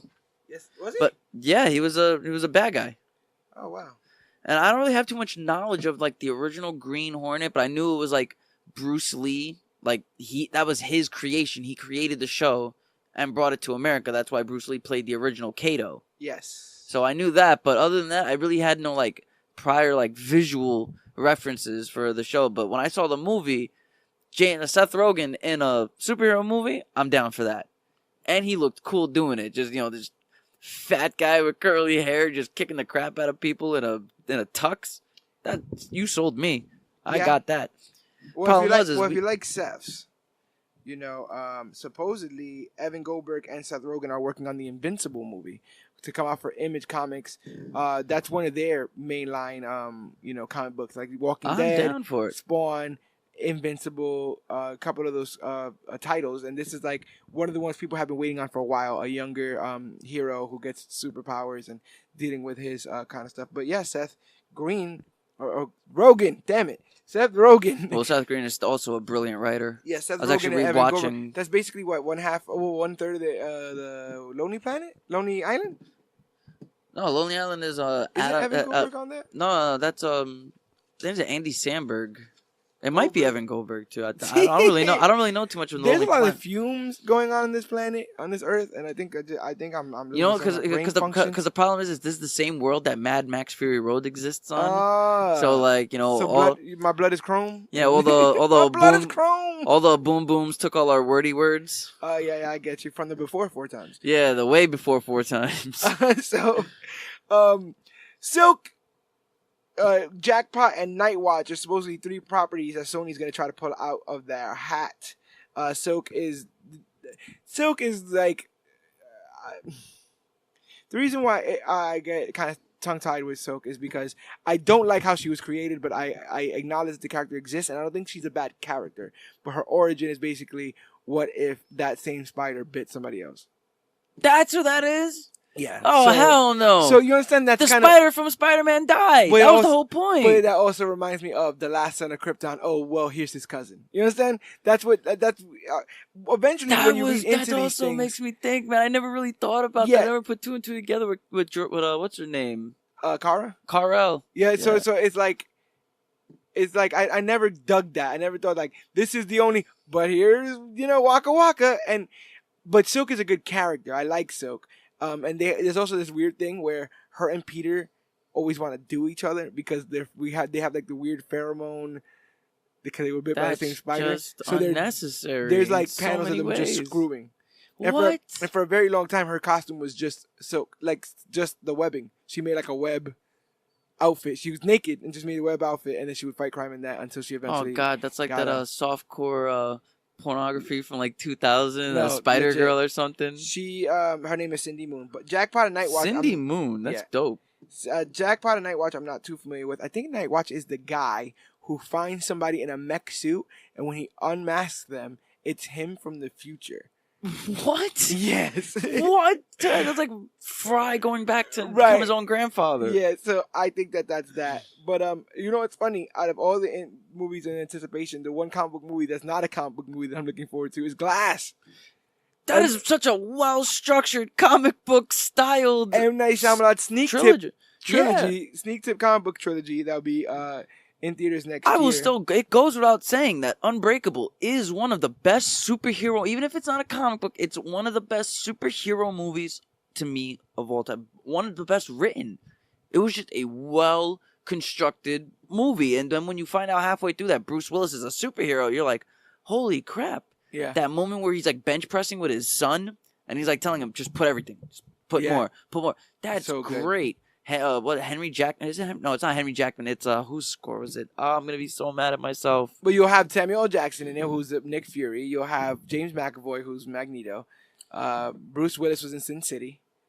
So we got so we have comic book history there. Pedigree here. When we'll see if Mr. Shyamalan can twist himself another hit with this. Are you gonna apologize for the Inhumans, or should I? I'm not apologizing for the Inhumans. The Inhumans came and went to nobody. I don't even know what the hell they threw out a poster. That was it. It was terrible. I saw the first 2 episodes and they were not good. They had 2 episodes, then they canceled the whole thing no. So what happened was the series aired like a series does week to week, but early in the fall of last year they came out with the first 2 episodes on IMAX to try to capitalize on this because it was originally supposed to be a movie. And supposedly, everyone who went to go see it in IMAX was like, "Ooh, this is trash." And then it came out on ABC week to week, and the first 2 episodes are smushed together like that movie form. And that's how I saw it, and I did not like it. I was not a fan. The special, which is weird because it was like the first big Marvel thing to flop for me besides Iron Fist. And Iron Fist redeemed itself only to be canceled. So I don't know what they're trying to promote over there with Marvel. But I know that Sony is, like I said, digging into the toy bin. Morbius and Kraven. You were talking before about villains getting their own shine and their own movies. I always said that if Kraven was to get a movie, it should be played by Gerard Butler. I don't think anybody else but Gerard Butler could be able to capture that accent, like that's not accent. What kind of accent am I thinking? Like that Australian accent, that like dingo ate my baby. You know accent. what's weird? I wouldn't mind like Justin Theroux, but he's too skinny, I guess, right? Justin Theroux, he's way too skinny. He has but I feel like he can get that mustache patch thing down. He's more of a writer than anything. Like he wrote Tropic Thunder. But have you seen that man's body? What body? Justin Theroux's body. Actually, no. Yeah. Because every time I see him in movies, like the last movie I saw him in was Mulholland Drive. And he plays a Hollywood director. Like, he's like always this sleazy Wall Street business. You know what kind of reminds me? He reminds me of like he would be like the little brother of the dude from Burn Notice. What's his damn name? That stupid actor from Burn Notice. Michael Weston's character. The character Michael Weston. Gosh, why? I don't remember. He was in Hitch also, but I always like get them together. Like, I just can't see him as like. But if you're about to show me a picture where he looks like Jonathan Lipnicki does now. I mean, if you people listening get that reference without Googling it. You know what I'm saying? So my man is... Oh, because you've seen The Leftovers, so he's on the Leftovers, so you have your frame of reference. So like, I guess that would be him with a beard. You understand? Like, just put the lion vest on him. Send him out. I mean, maybe he needs more muscle or something like that. I would throw him out there as like an Agent Venom, man. I would throw him out there as like he could even do a Reed Richards, maybe. Yeah, man. Give him a character that with like some je ne sais quoi, Give him something with like moxie. Kraven, I always said like Gerard Butler. Justin Theroux also helped co-write Iron Man 2. Oh, really? Yeah, man. Or maybe write it straight up. Hey, listen. After finding out that he wrote Tropic Thunder with Ben Stiller, that man has my undying respect for everything. I dug him as an actor first because of things like The Leftovers, and when I went back, I was like, wow, this guy's been like writing some of the stuff I've seen. Yeah, incredible. And one of his best roles to me was in Parks and Recs as Leslie Knope's one of her first boyfriends. Yeah, the one that Anne used to date. Anne used to date. And she got Brandano. It's all jealous because Brandano was trash. And what's his face? Hey, Brandano is trash. Brandano is trash. We lost the great Stan Lee. Oh my God! I am so. At least on my Earth. Oh, my Earth has him still. Oh. He's only 89. Oh wow. Yeah, Man. but we did lose Betty White, so that's sad. See, I don't know if I'm ready for that trade. I can't. We don't deal in lives. What is it? We don't No, trade yeah, lives here. Yeah, let's not trade lives. But no, But- we lost. You guys lost an amazing, the godfather of creative writing, Stan Lee. Stan the Man Lee revolutionized what kids and adults read now. Like Yeah. James Cameron said, I'm starting to get superhero fatigue. And as soon as James Cameron says he's getting superhero fatigue, look at everything that's being developed and bringing out. Look at the world that we're getting because of the characters Stan Lee created from his head. Well, I'm getting Avatar fatigue, and he hasn't even put out all the avatars yet, so he can deal with that. But yeah, I'm getting, you know what I'm getting? I'm legit getting Terminator fatigue. Because now they're doing an all-female Terminator cast movie. And I'm also getting Predator fatigue. Can you put the Predator Another down? one. Predator fatigue is another one. But So I get that people might have a slight against comic book movies, but people have been coming out of the woodwork. You had was the Cameron comment was this year, wasn't it, or last year? This year. This year. It was during. It was right after Infinity Wars. Yeah, because it was climbing up behind Titanic, and it beat Titanic, and then it was climbing up behind Avatar. Titanic and Avatar still one and two? are still one. Avatar and Titanic. It's Avatar, Titanic, and Star Wars. Star Wars, Force Awakens, and then Avengers. Infinity War. Yeah. So nothing's beaten in those three are right now. Well, next Avengers. Next Avengers I hope takes out Avatar's #1 spot because I'm tired of Avatar being there. But no, a lot of people are just coming out to voice their hatred for comic book. And look, I get it. Art is subjective, whether it's music, movies, comic books, paintings, writing. Art is subjective. But when an entire fan base when the world loses someone that every fan base holds near and dear to their heart, Stan Lee, keep your mouth shut. Keep your arrogant, self-entitled comments to yourself. Yeah. And for Bill Maher to come out and completely disrespect Stan Lee's passing within not even 2-3 days. Yeah. The day he passes, he puts an article on Reddit. It's saying, deep mourning for a man who inspired millions to, I don't know, watch a movie, I guess. Yeah, I didn't like any of that.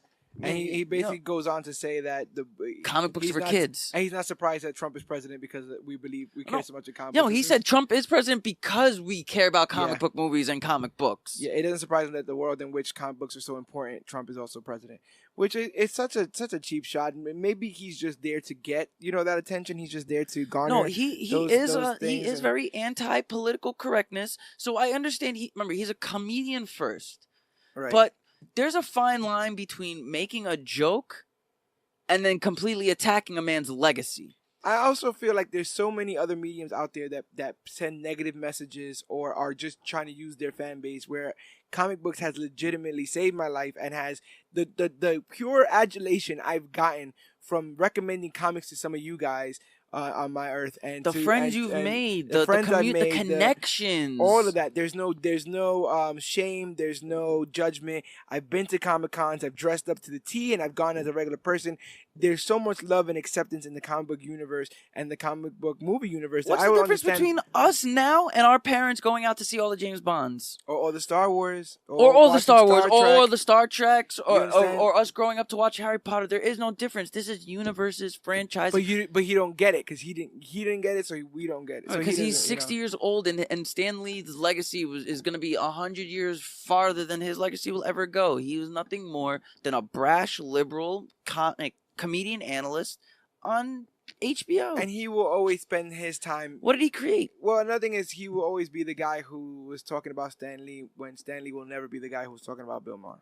Exactly. And so... I've watched a lot of Stan Lee interviews. I don't think Stan Lee ever had a bad word to say about anybody. One of the best Stan Lee cameos that it will go down in history as the best Stan Lee cameo is in Mallrats.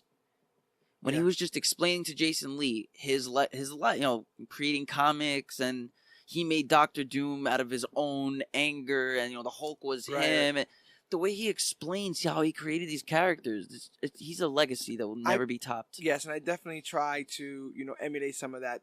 You have to put your passions forward, and you have to put your efforts behind your passions to see them to fruition. And I think that's something that Stan got, and he tried to share this idea of inclusionary medium, and that's what I'm trying to do here. Oh, with he major never excluded issues. anybody. The X-Men was a take on the civil rights movement. And Professor X is handicapped.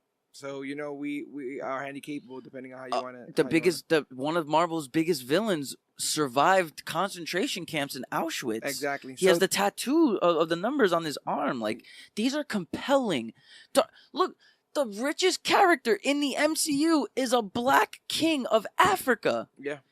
Like, that is diversity and inclusivity that you will never be able to see again. The man was a modern-day Shakespeare, a modern-day Homer. He gave us mythological gods that we can idolize for years to come, that saved your life, saved my life, saved whoever's kid's life. You can't just say there's nothing bad you can say about Stan Lee. I can't find it.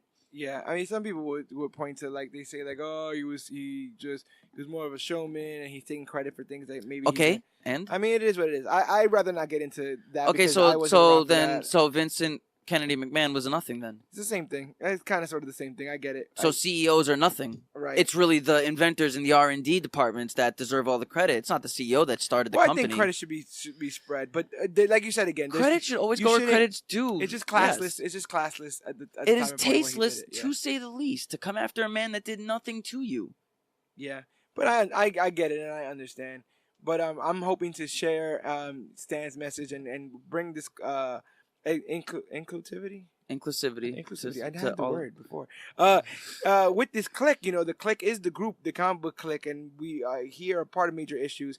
And you even got podcast in other dimensions that I'm you're going to extend. Interviewing. Well, that's the next thing I was going to say. I'm going to extend the invitation / just the overall. The door's open for you to join the clique. Dan the Comic Book Movie Man. I don't think Dan the Comic Man will care all that much. Like he's a good guy. I think you guys will get along. He needs vacations. And I think you guys will get along. If he's anything like I know I am, then we definitely need vacations. And hopefully on one of those vacations we go catch a comic book movie or one of those TV shows. But unfortunately, I have to go hop a couple more dimensions. I hope it wasn't rude to just pull you to the side. Conversation. Making you. Wow. I know you probably had a day planned, but I kind of just pulled you to the side, and I guess maybe it was the football. But I have DVR. That's the beauty of DVR. Well, no, TiVo. DVR doesn't exist. I know you guys have DVR in your world, but we have TiVo. That is crazy. That's out of control. Also, DirecTV still exists. Oh my gosh, is that a Nokia in your hand? Anyway, yeah, actually it is. Anyway, thank you for not pointing out the humongous golden glove with shiny stones that I've been rocking this entire time. No, see, I just figured that it was just a birthday gift from your mom. So that's it. It's high fashion on my planet. I'm actually a king. I'll get back to that next. I'll show you my castle when you come by.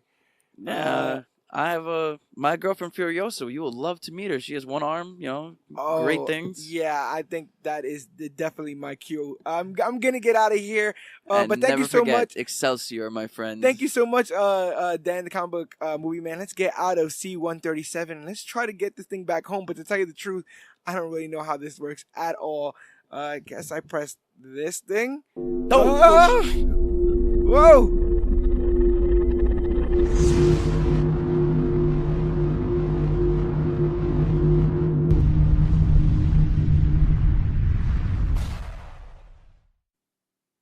Whoa. This thing is out of control. I don't know how to aim it. I don't know how to give it directions. And even though I keep trying to use the same stones, they're not working how I want them to work. I initially wanted to use that purple little nifty number, and instead I ended up using the blue and going all the way to talk to that GT Rebirth from Earth 2 or 3, and then when I try to use the Space Stone again, I ended up going to a different reality where I met a different version of Dan the Comic Book Man from C-137. I guess if we're going to try this, all the little knickknacks on this nice fancy little glove, maybe I could try the green one, the Time Stone. I don't really want to go to the past. I don't want to affect anything, but maybe if I go to the future, I may be able to see how Major Issues does in the future. There's only one way to find out. I hope you guys are ready. Here we go. Whoa!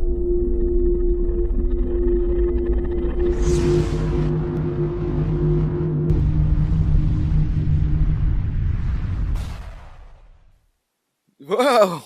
What? What the hell? I think George, it might have it's worked. Hello? George. It's George. Uh, But from how many years ago is this? wait, Holy crap, you're so young. is that you, Yogi? Yes, it's me. It's Yogi. I Wait. haven't seen you like this version of you in so long. You're so overworked now that Major Issues is so huge. Oh, wait. Am I? What year is this? Oh man, it is 2035. 2035. Wow. 2035. A comic book clique it's huge. You've got headquarters all around the world, dude. I've gotta be careful what I say to you, but I can tell you at least this. It's gonna blow up, bud. This. What? I got so many questions. You gotta at least permit me like just a couple questions. Okay. If we're careful, I can tell you some stuff. All right. Well, I can know anything about the future. Only some stuff. I'll tell you this. Me personally, I kind of wish I had gotten in. Well, I did get it on the ground floor with you guys, but then I had to move away, and I missed out on a lot of the growth. Oh and man. Yeah. Right. I don't want to mess up the timeline, but I'm willing to risk a little change if I could give you something to help close that distance gap and get me back on Major Issues back in the year 2018. Wait. Well, I mean, look how fast we got to video messaging, and I could imagine 2035. You gotta have some sort of technology where we'll be able to keep Yogi on the show, even though he's moved God knows how many miles away. Well, Google contact lenses are actually a pretty common thing now, and what? yeah, it's in about 5 years from your time. Google's gonna revamp their Google Glasses deal, but they're gonna be contact lenses. Oh my gosh! So you've got you've got all sorts of messaging and everything right in the contact lens. Audio, video, anything you can do. I'll give you a pair, and I'll give you a pair for my younger self. Oh, and wow. You guys should be able to continue recording podcasts together the way we were doing back when my younger self lived in New York. And I mean, you know what? Screw it if it changes the timeline. I mean, it's got to make things better.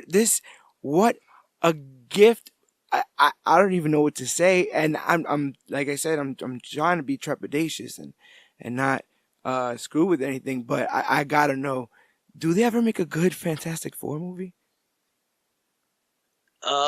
They do, but it leads to the start of the Third World War. Oh my gosh! I can't get into too much of how that happened. I'm so happy you survived. Well, I mean, I can't really tell you how it turned out, but I can tell you that we pledge allegiance to a different flag now. Oh my gosh! So maybe no wonder things look so different over here. But the technology is great, and movies are great. Well, that's all that matters. Entertainment always thrives. Right. So we don't have to worry about that. Don't worry about our economic and political situation. Yeah. I'm worrying about comics is still around. I mean, ComicBook Clique is still here in the future. So no matter what flag that's under, Yeah. President Hickman banned digital comics back in 2025. Oh dear. Wait, Jonathan. I can't. You know what? I'm not. You know what? I think I've said too much. This is out of control. Thank you so much for I guess everything, and now even more because we're gonna be able to change this timeline and add more to the clique, get back to the full potential of Major Issues. Wow, thank you so much. I really hope that my younger self appreciates this. I went through a lot for this technology here to bring you up here, and I didn't mean to snatch you out of your time like that, but I had to do this. This might be the butterfly effect that stops World War III, people. I think we could do it. I think we could change this timeline. Wow, thank you so much. Hope so. Please don't let this go to waste. I'm so scared. One more thing, I gotta know. Do they ever do Batman versus Superman again? You think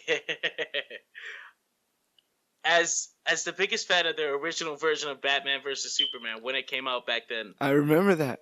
I want to say that when Batman and Superman got on screen again together, and actually pretty, it's closer to you than you think. The next time you see Batman and Superman on screen together, it's closer to you than you think it's gonna be, but it's not gonna be in the way that you think it is. Wow, look at that, dropping the mysterious pipe bomb. Thank you so much, future Yogi. I'm gonna keep what I say to your younger self to a minimum, just to keep things, on the up and up. If you can, just tell him to stay away from those hot, spicy Cheetos. Oh, they doesn't turn out well for us up here. Oh dear, I noticed that limp. I wasn't gonna mention anything, but yeah, the future's kind of. I'm really, really fat. the future's kind of screwed up. But thank you so much. I guess I gotta get back. But again, thank you so much for everything. I guess you've done for me now, and what you've done for me in the past, and thank you for bridging this gap. And now I guess I gotta get back. But happy anniversary for Major Issues, right? Oh yeah. You're celebrating what? Your what is it? 2035 Major Issue started in 2017, so it's been almost 20 years. What's it? 18 years? 19 years? Oh, jeez. Yeah, it's 1 year. Yeah, but well, 1 year for you. Oh dear. Yeah, I have to get back. But thank you. Oh, no problem, man. Thank you. You're gonna save us, or really just me. I really wish I had been part of that. Well, I'm gonna do what I can. I'm out of here.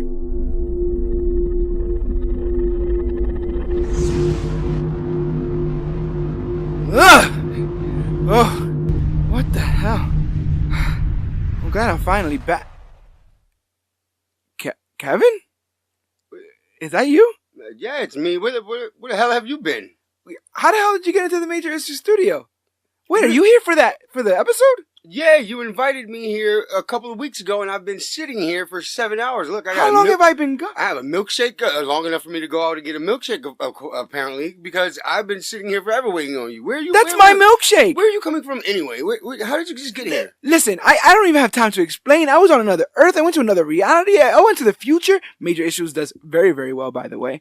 I literally have been scouring the Earth and the timelines and realities to talk about the Major Issues anniversary. No one else was in studio.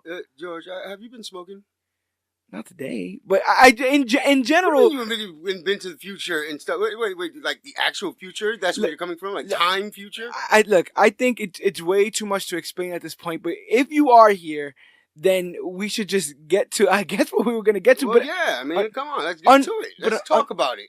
Unfortunately, we have an episode's worth of content already, but I mean, I don't mind chopping it up with you a little bit about I've been waiting here this whole time. You might as well just end it off right here. Your journey from the past, future, and present. No, don't act that way. Come on. Well, you're the one that's coming here saying you're from the future. Listen, you know what? I have all the time in the world for you, Kev, and all the time in the world for all the fans of the Major Issues podcast, because we have hit a year. Yeah. It's been a full year, and it's literally because of guys like Kevin, ladies and gentlemen, Kevin Arner. How's it going, everyone? I'm back. AKA Zero Ranger 5. Yeah, Zero Ranger 5 red. Turbo Lightning red. In Space red 5. This man has been in charge of our branding, our social media branding, all of our logos as far as of Comic Book Clique and Major Issues, and just the overall aesthetic and look for the podcast and just Comic Book Clique as a whole. And you actually got to see this from the ground level. You got to see me stress about this and worry about this and go through different name changes and go through different color schemes and what do we call it and how do we do it and what app should we use and stuff. I guess from the outside looking in, how has the growth of Major Issues and everything up to this point look to you? To be honest with you, to see everything now up into this point, to see how far you've come with the podcast, and let alone the mothership of Comic Book Clique.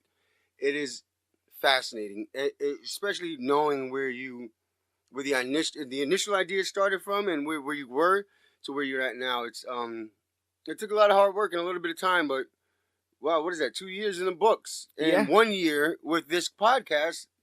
Major issues. That's amazing. Well, mostly because, and not to toot. I mean, you already tooted my horns, but allow me to toot yours. You're one of the most creative and driven people I know, and I know that you put a lot of your own projects on your back, and you see it to fruition, regardless of who believes and who doesn't. I've seen you do this stuff before, and working alongside you has a little bit of that has rubbed off on me, where I realized that passion is the only thing that really matters in this world. What you do with your time, and what you do, who you choose to hang out with, what you choose to talk about, what you choose to do with your time does dictate who you are and who you're going to be in this world. And eventually I stopped wanting to be somebody who talked about the worst of the worst that was going on in the world, and I wanted to start speaking some of the good into existence. I'm actually becoming a better person because I'm inspired by fictional characters like The Flash or Superman or Iron Man, Captain America. I've gotten to gain the benefit of the doubt when it comes to humanity, and start working on my idealism, and start actually seeing human beings not for the entire race, not to come up with an entire generalization of everyone, but to start seeing people on the individual level and see how individuals help build things. That for so long I used to just credit a certain movie or a book on one person, and I realized that everything is no man does, what is it? No man is an island. No man can do everything on his own. And the same thing came for me, because I wanted this show, but if it wasn't for guys like Carlos Maximus, who had the balls to be on the first episode, if it wasn't guys like GT and Yogi, who didn't know me from a hole in the wall, and then ended up coming by and becoming great members of the clique, great friends that I would like to call great friends, and have opened my eyes to things in comic books that I've never saw before. And then Dan coming in with all the analytics with movies and showrunners and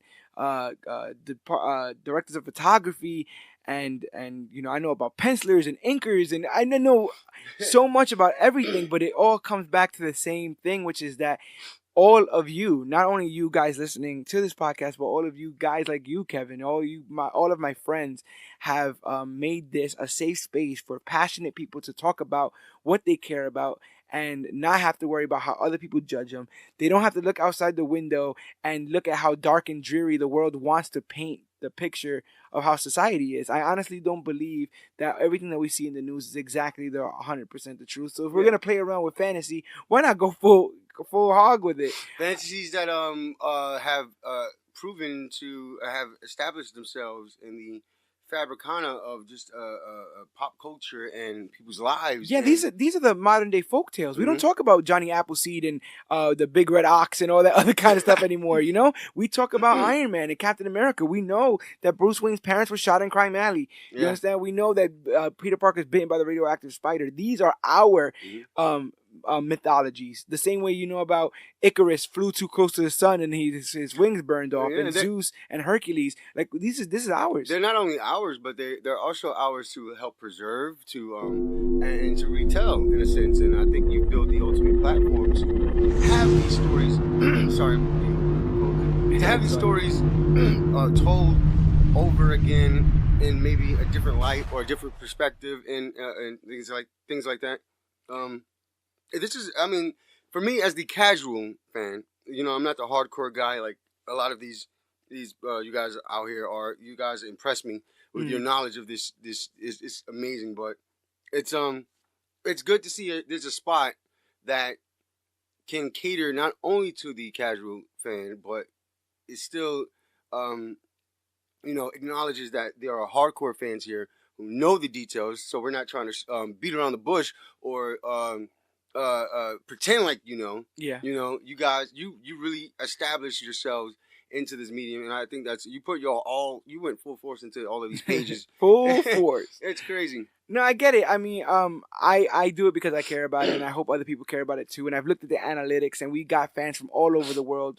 So all my fans in America, thank you very, very much. Yeah. And everybody else around the world. Thank you so much for letting us become a Worldwide. global podcast. That's man. That's amazing. Like in Ireland, a Chile, year. Spain, Wow. United Kingdom, Africa. That's a lot of places. Yeah, man. We've gotten listens all over the world. We've become a global podcast at this point, and it's all thanks to our fans out there, the clique that seems to have really liked what we've stitched together here. And like you said again, diehard or novice, new comic book reader, new movie watcher, any of that kind of stuff. It's all welcome here because we're all new to something.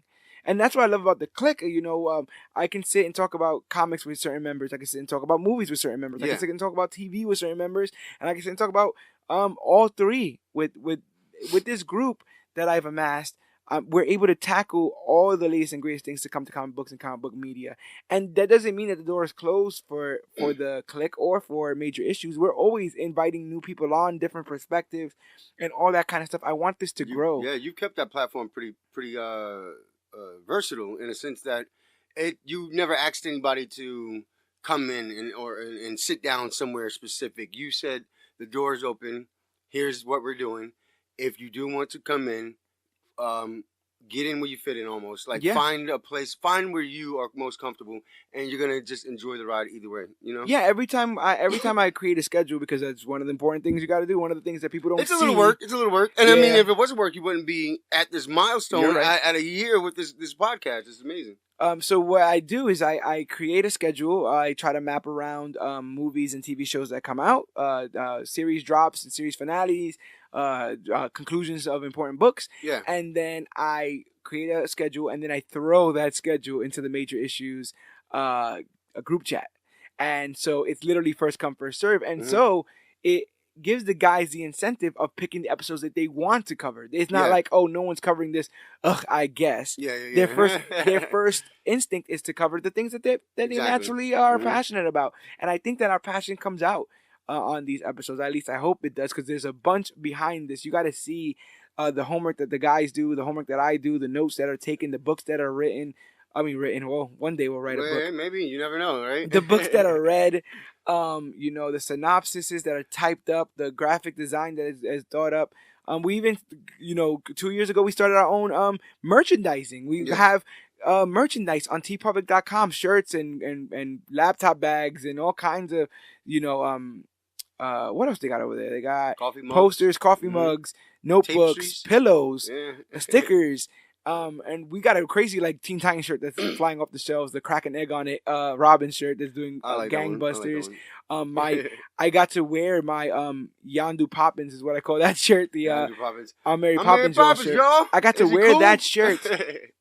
Interviewing Michael Rooker at Comic-Con. Wow, the full circleness of it all. I got to meet Stan Lee. The year that I founded Comic Book Clique, I got to meet Stan Lee and take a picture with him dressed completely as Captain America. Like, the more that I choose to put passion into this and the more that I choose to believe it can be better and we can gain more from it, the more I actually do gain more and the more I actually am improving as a person. So this has been a hell of an adventure, but definitely a rewarding one, because I see myself and sometimes, because of my perspective, society changing a bit. Yeah. I mean, the world is a crazy place nowadays, especially in today's society. So it's the end of 2018. We're blessed to see another year approaching. Definitely. It's been a hell of a year for, I know, probably some listeners out there right now that's listening to this, and including myself. It's been an up and down journey, but if there's one thing that you can always kind of have a true north to, is just what you love and what you believe in. If you know that won't let you down, then turn to that in times of, the bad times, in a sense, So for some people it's comics, some people it's music, some people it's swimming, maybe art, all that stuff. But a lot of people don't take the chance to not only use that as not a crutch, but what I want to say here, to have it as a tool to utilize to get through life. It's well, you know what? It's like when you see people lining up at a movie theater, right, or something like that, or a line for anything. You see a line, right?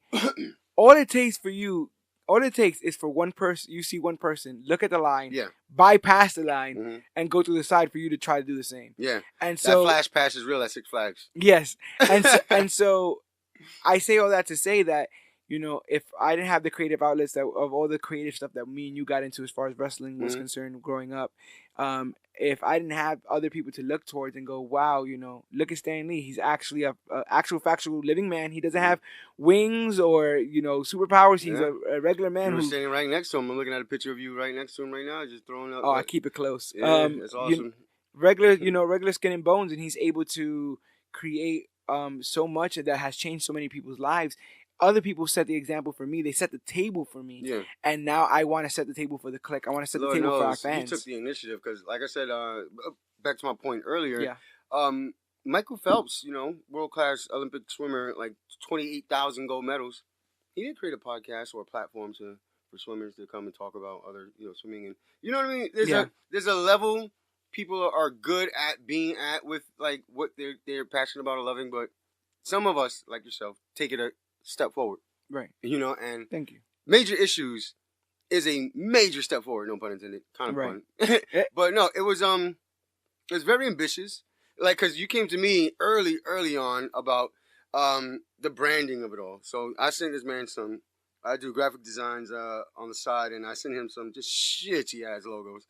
It was just a terrible design aesthetic, but it was just like we had like a book. We were going through it. We're trying to find our identity, and a book as the eye or something. It's a lot easier to find your identity when you've done 3 or 4 episodes. We hadn't done a single episode yet, and this thing was supposed to define who we were. And I just remember, it was hard. But before that, we were doing like going live on Facebook. So this was. I used to go live on Facebook on ComicBook Clique for over an hour. Yeah, it was almost on a daily basis sometimes. Daily, you did a whole week's worth or month worth of Marvel films back to back, right? There's a reason why in my sleep I could say, "Hello, everybody out there in comic book land. My name is George Serrano, aka the Don." That's still on the Facebook, by the way, I believe, right? I've been doing that. Yeah, all those videos are still, and they're still, they're all on the Facebook. The early ones that right before Civil War came out, I watched every single. Yeah, okay. The Captain America, Iron Man. Yeah. I watched every Captain America, Iron Man, and Spider-Man movie, and Avengers movie, I believe.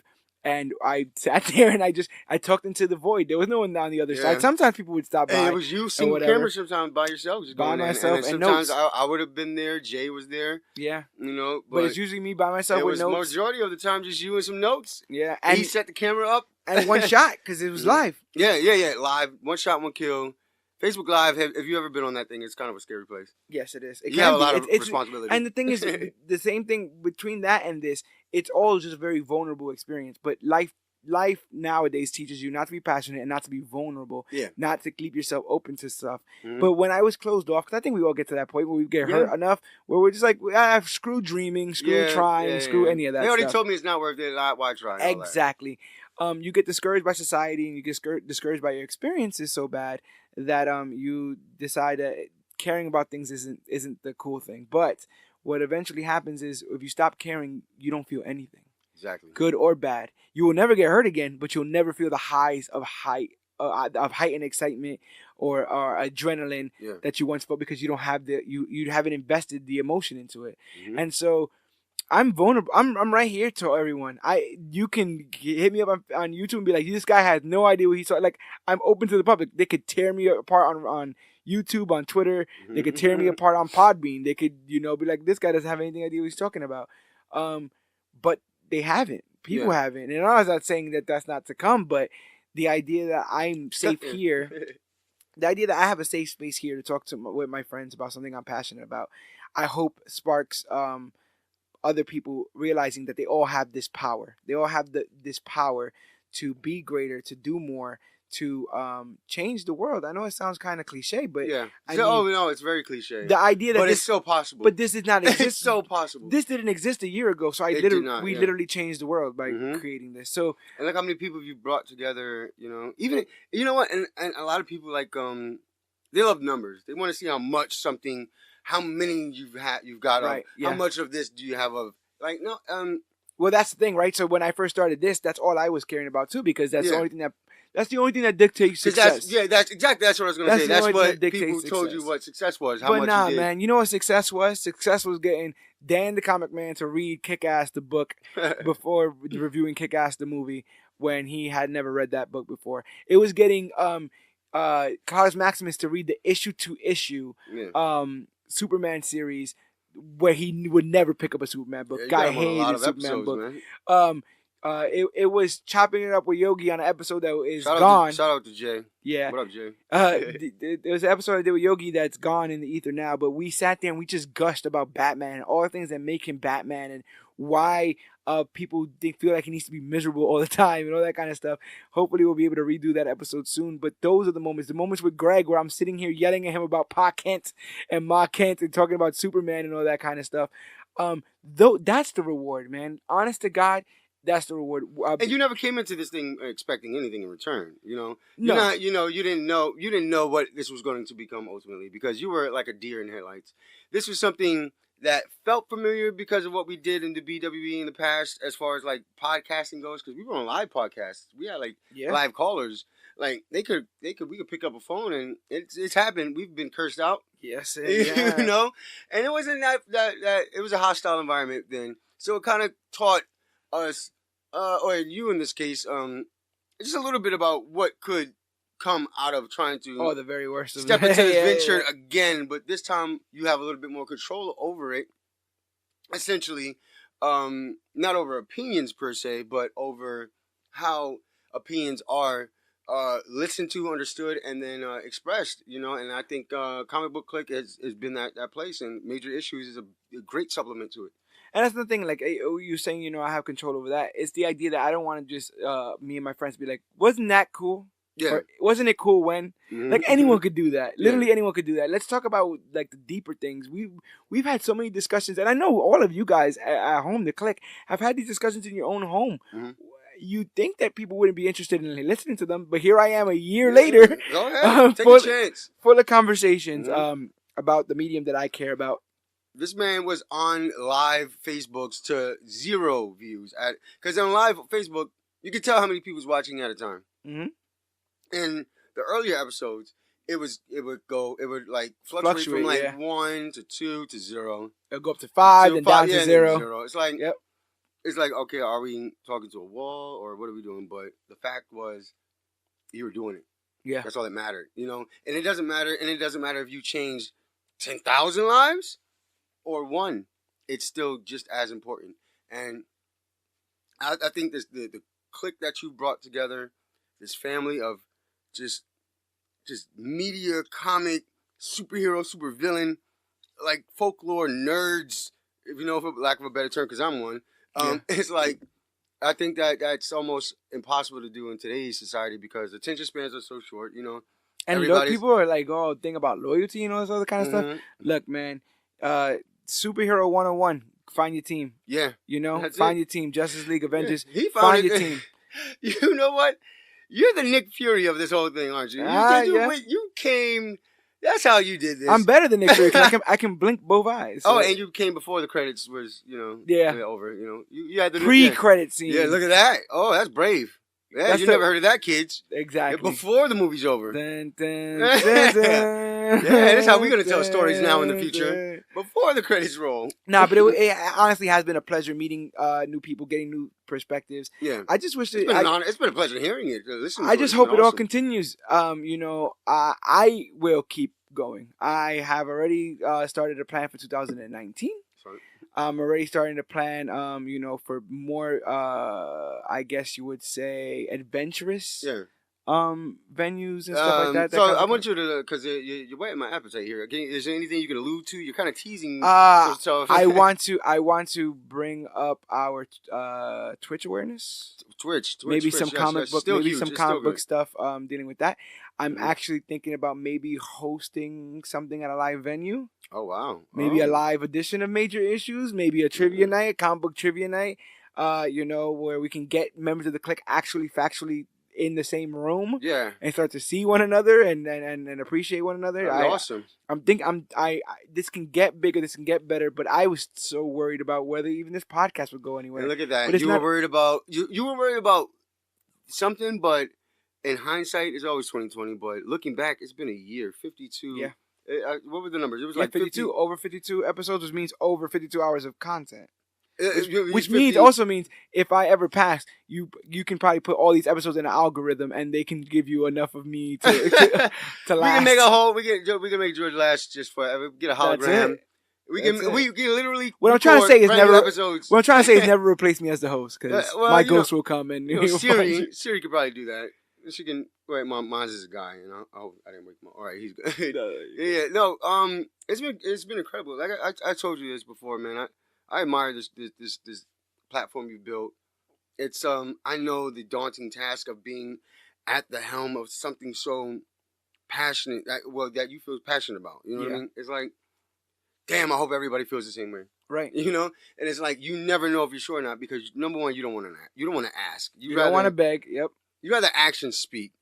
And a lot of times that is all you really need in a sense. Yeah. But don't misunderstand what actions are when you do, I guess, see them. Because a lot of people would interpret it as, well, if you're not with us, you're against us. Yeah. You know what I mean?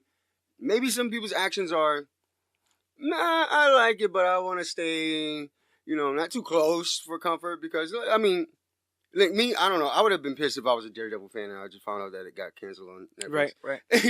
How many people got emotionally attached to that? You gotta, and I feel like this isn't the first time. I feel like they canceled like a plethora over the past year or two. And then you gotta want to sit down and talk about it. And who do you talk about it to? So that's kind of what I'm trying to cultivate here is the water cooler. I'm trying to cultivate the homie's house. Come through to the homie's house. It's a cool ass playground. We talk about a bunch of stuff and. It, like I said, it's been incredibly rewarding because it has opened my eyes and given me an appreciation to this medium that I never had before. But I'm really hoping to bust down the doors of 2019 with new content, new episodes, and get some of this new stuff done. I guess, was there any episode in particular that you wish you were on or that you heard and you just like, wow, these guys are... Oh, wow. You know what? I think... Any episode after we had watched like the movies and stuff like that, right after those fresh reactions, to fresh stuff. reactions. I like those videos, like just going live, and I missed that whole aspect of it. Our Justice League review is the highest rated episode of this. Justice League review. I was on that. No, it was me and Claudius Maximus. Which one was it? It was you me. You were on. Was, no, that was a Facebook thing. That was Civil War. Oh, okay. It was like four of us at one table. We couldn't all. We were trying to. That's I was off screen. When this does become the latest and greatest thing to come to comic book media, as Future Yogi has told me, I'll explain that to you later, Kev. Yeah. What? Huh? But there will be very humble beginnings documented. You can look back at the very humble beginnings, and I almost teared up even thinking about it, about me putting a little piece of index card with our logo in front of the camera. Oh to, man! To start and end. When I saw that, episode. I was like, "This nigga, he's serious." Oh, yeah. No, he's here. I'm black. I can use it. Yeah. Oh no, hey Siri, no, come on, Siri. But I completely get it though. It's the idea that, other people had to see the effort to see whether or not it was worth their effort. And I hope a year's worth of effort has given me some credibility. And if not, don't worry, because I'm willing and we are willing to work hard to get our voices and get all of this inside each and every one of your homes. We want to be that friend. We want to be the elf on the shelf. We want to be the candy cane in the stocking. What other random Christmas metaphors can I make up? We want to be here for you guys, and we hope to be. Yes. Yeah, we hope to be. And the greatest holiday, Major Issues Day, December 5th of any year. Happy Major Issues Day, Kev. Happy Major Issues Day to you too, George. And look, right now, I know you see me what I'm doing over here. I'm literally recording us right now because he said something about documenting, and that just like struck a chord with me. Yeah, you might want to keep these things. I think this would be cool for the people to see the behind the scenes of CBC. Maybe one day. Yep, and I guess you might as well let them know. That's how magic happens. We broke the 5th, 4th, and 7th wall in this episode. And guess what?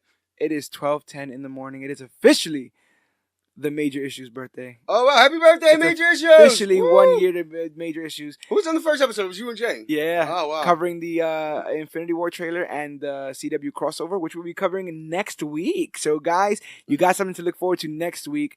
And I hope that you stay on for the ride. Thank you for getting us as far as you have. But you know how this part goes.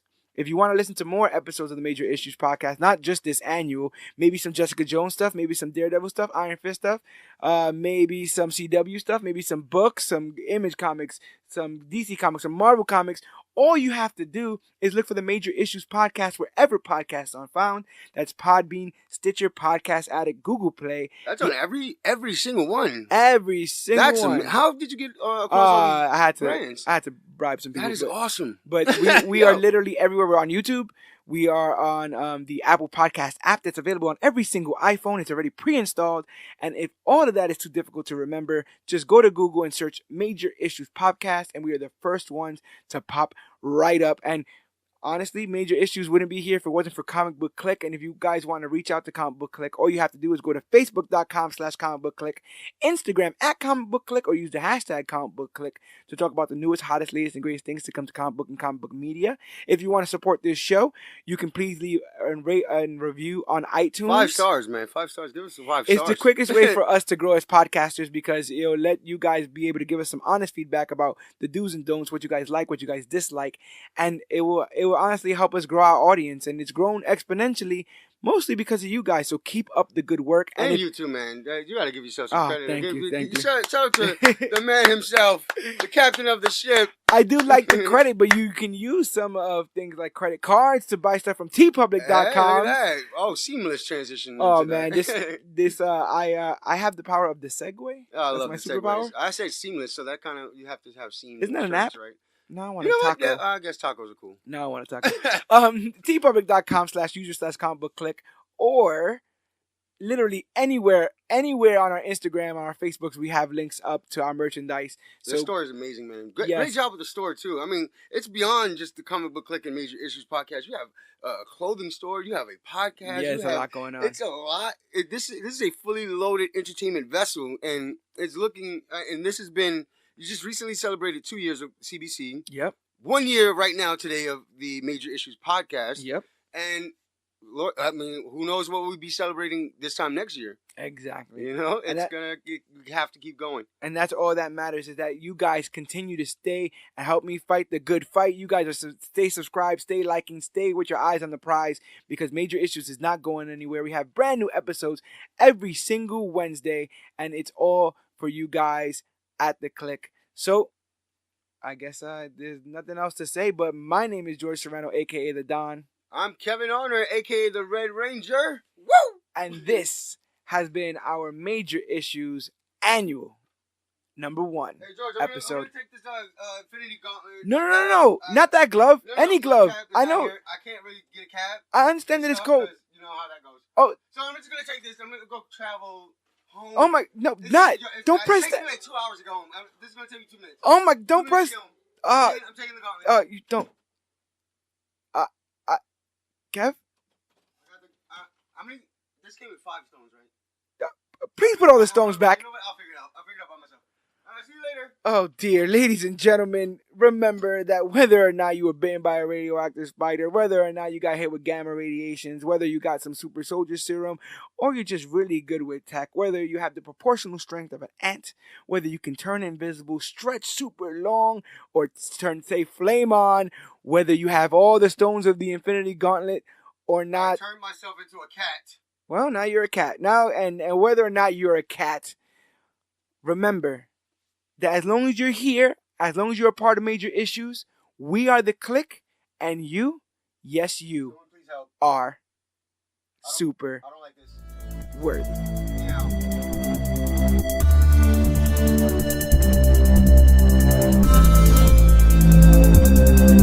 Yeah.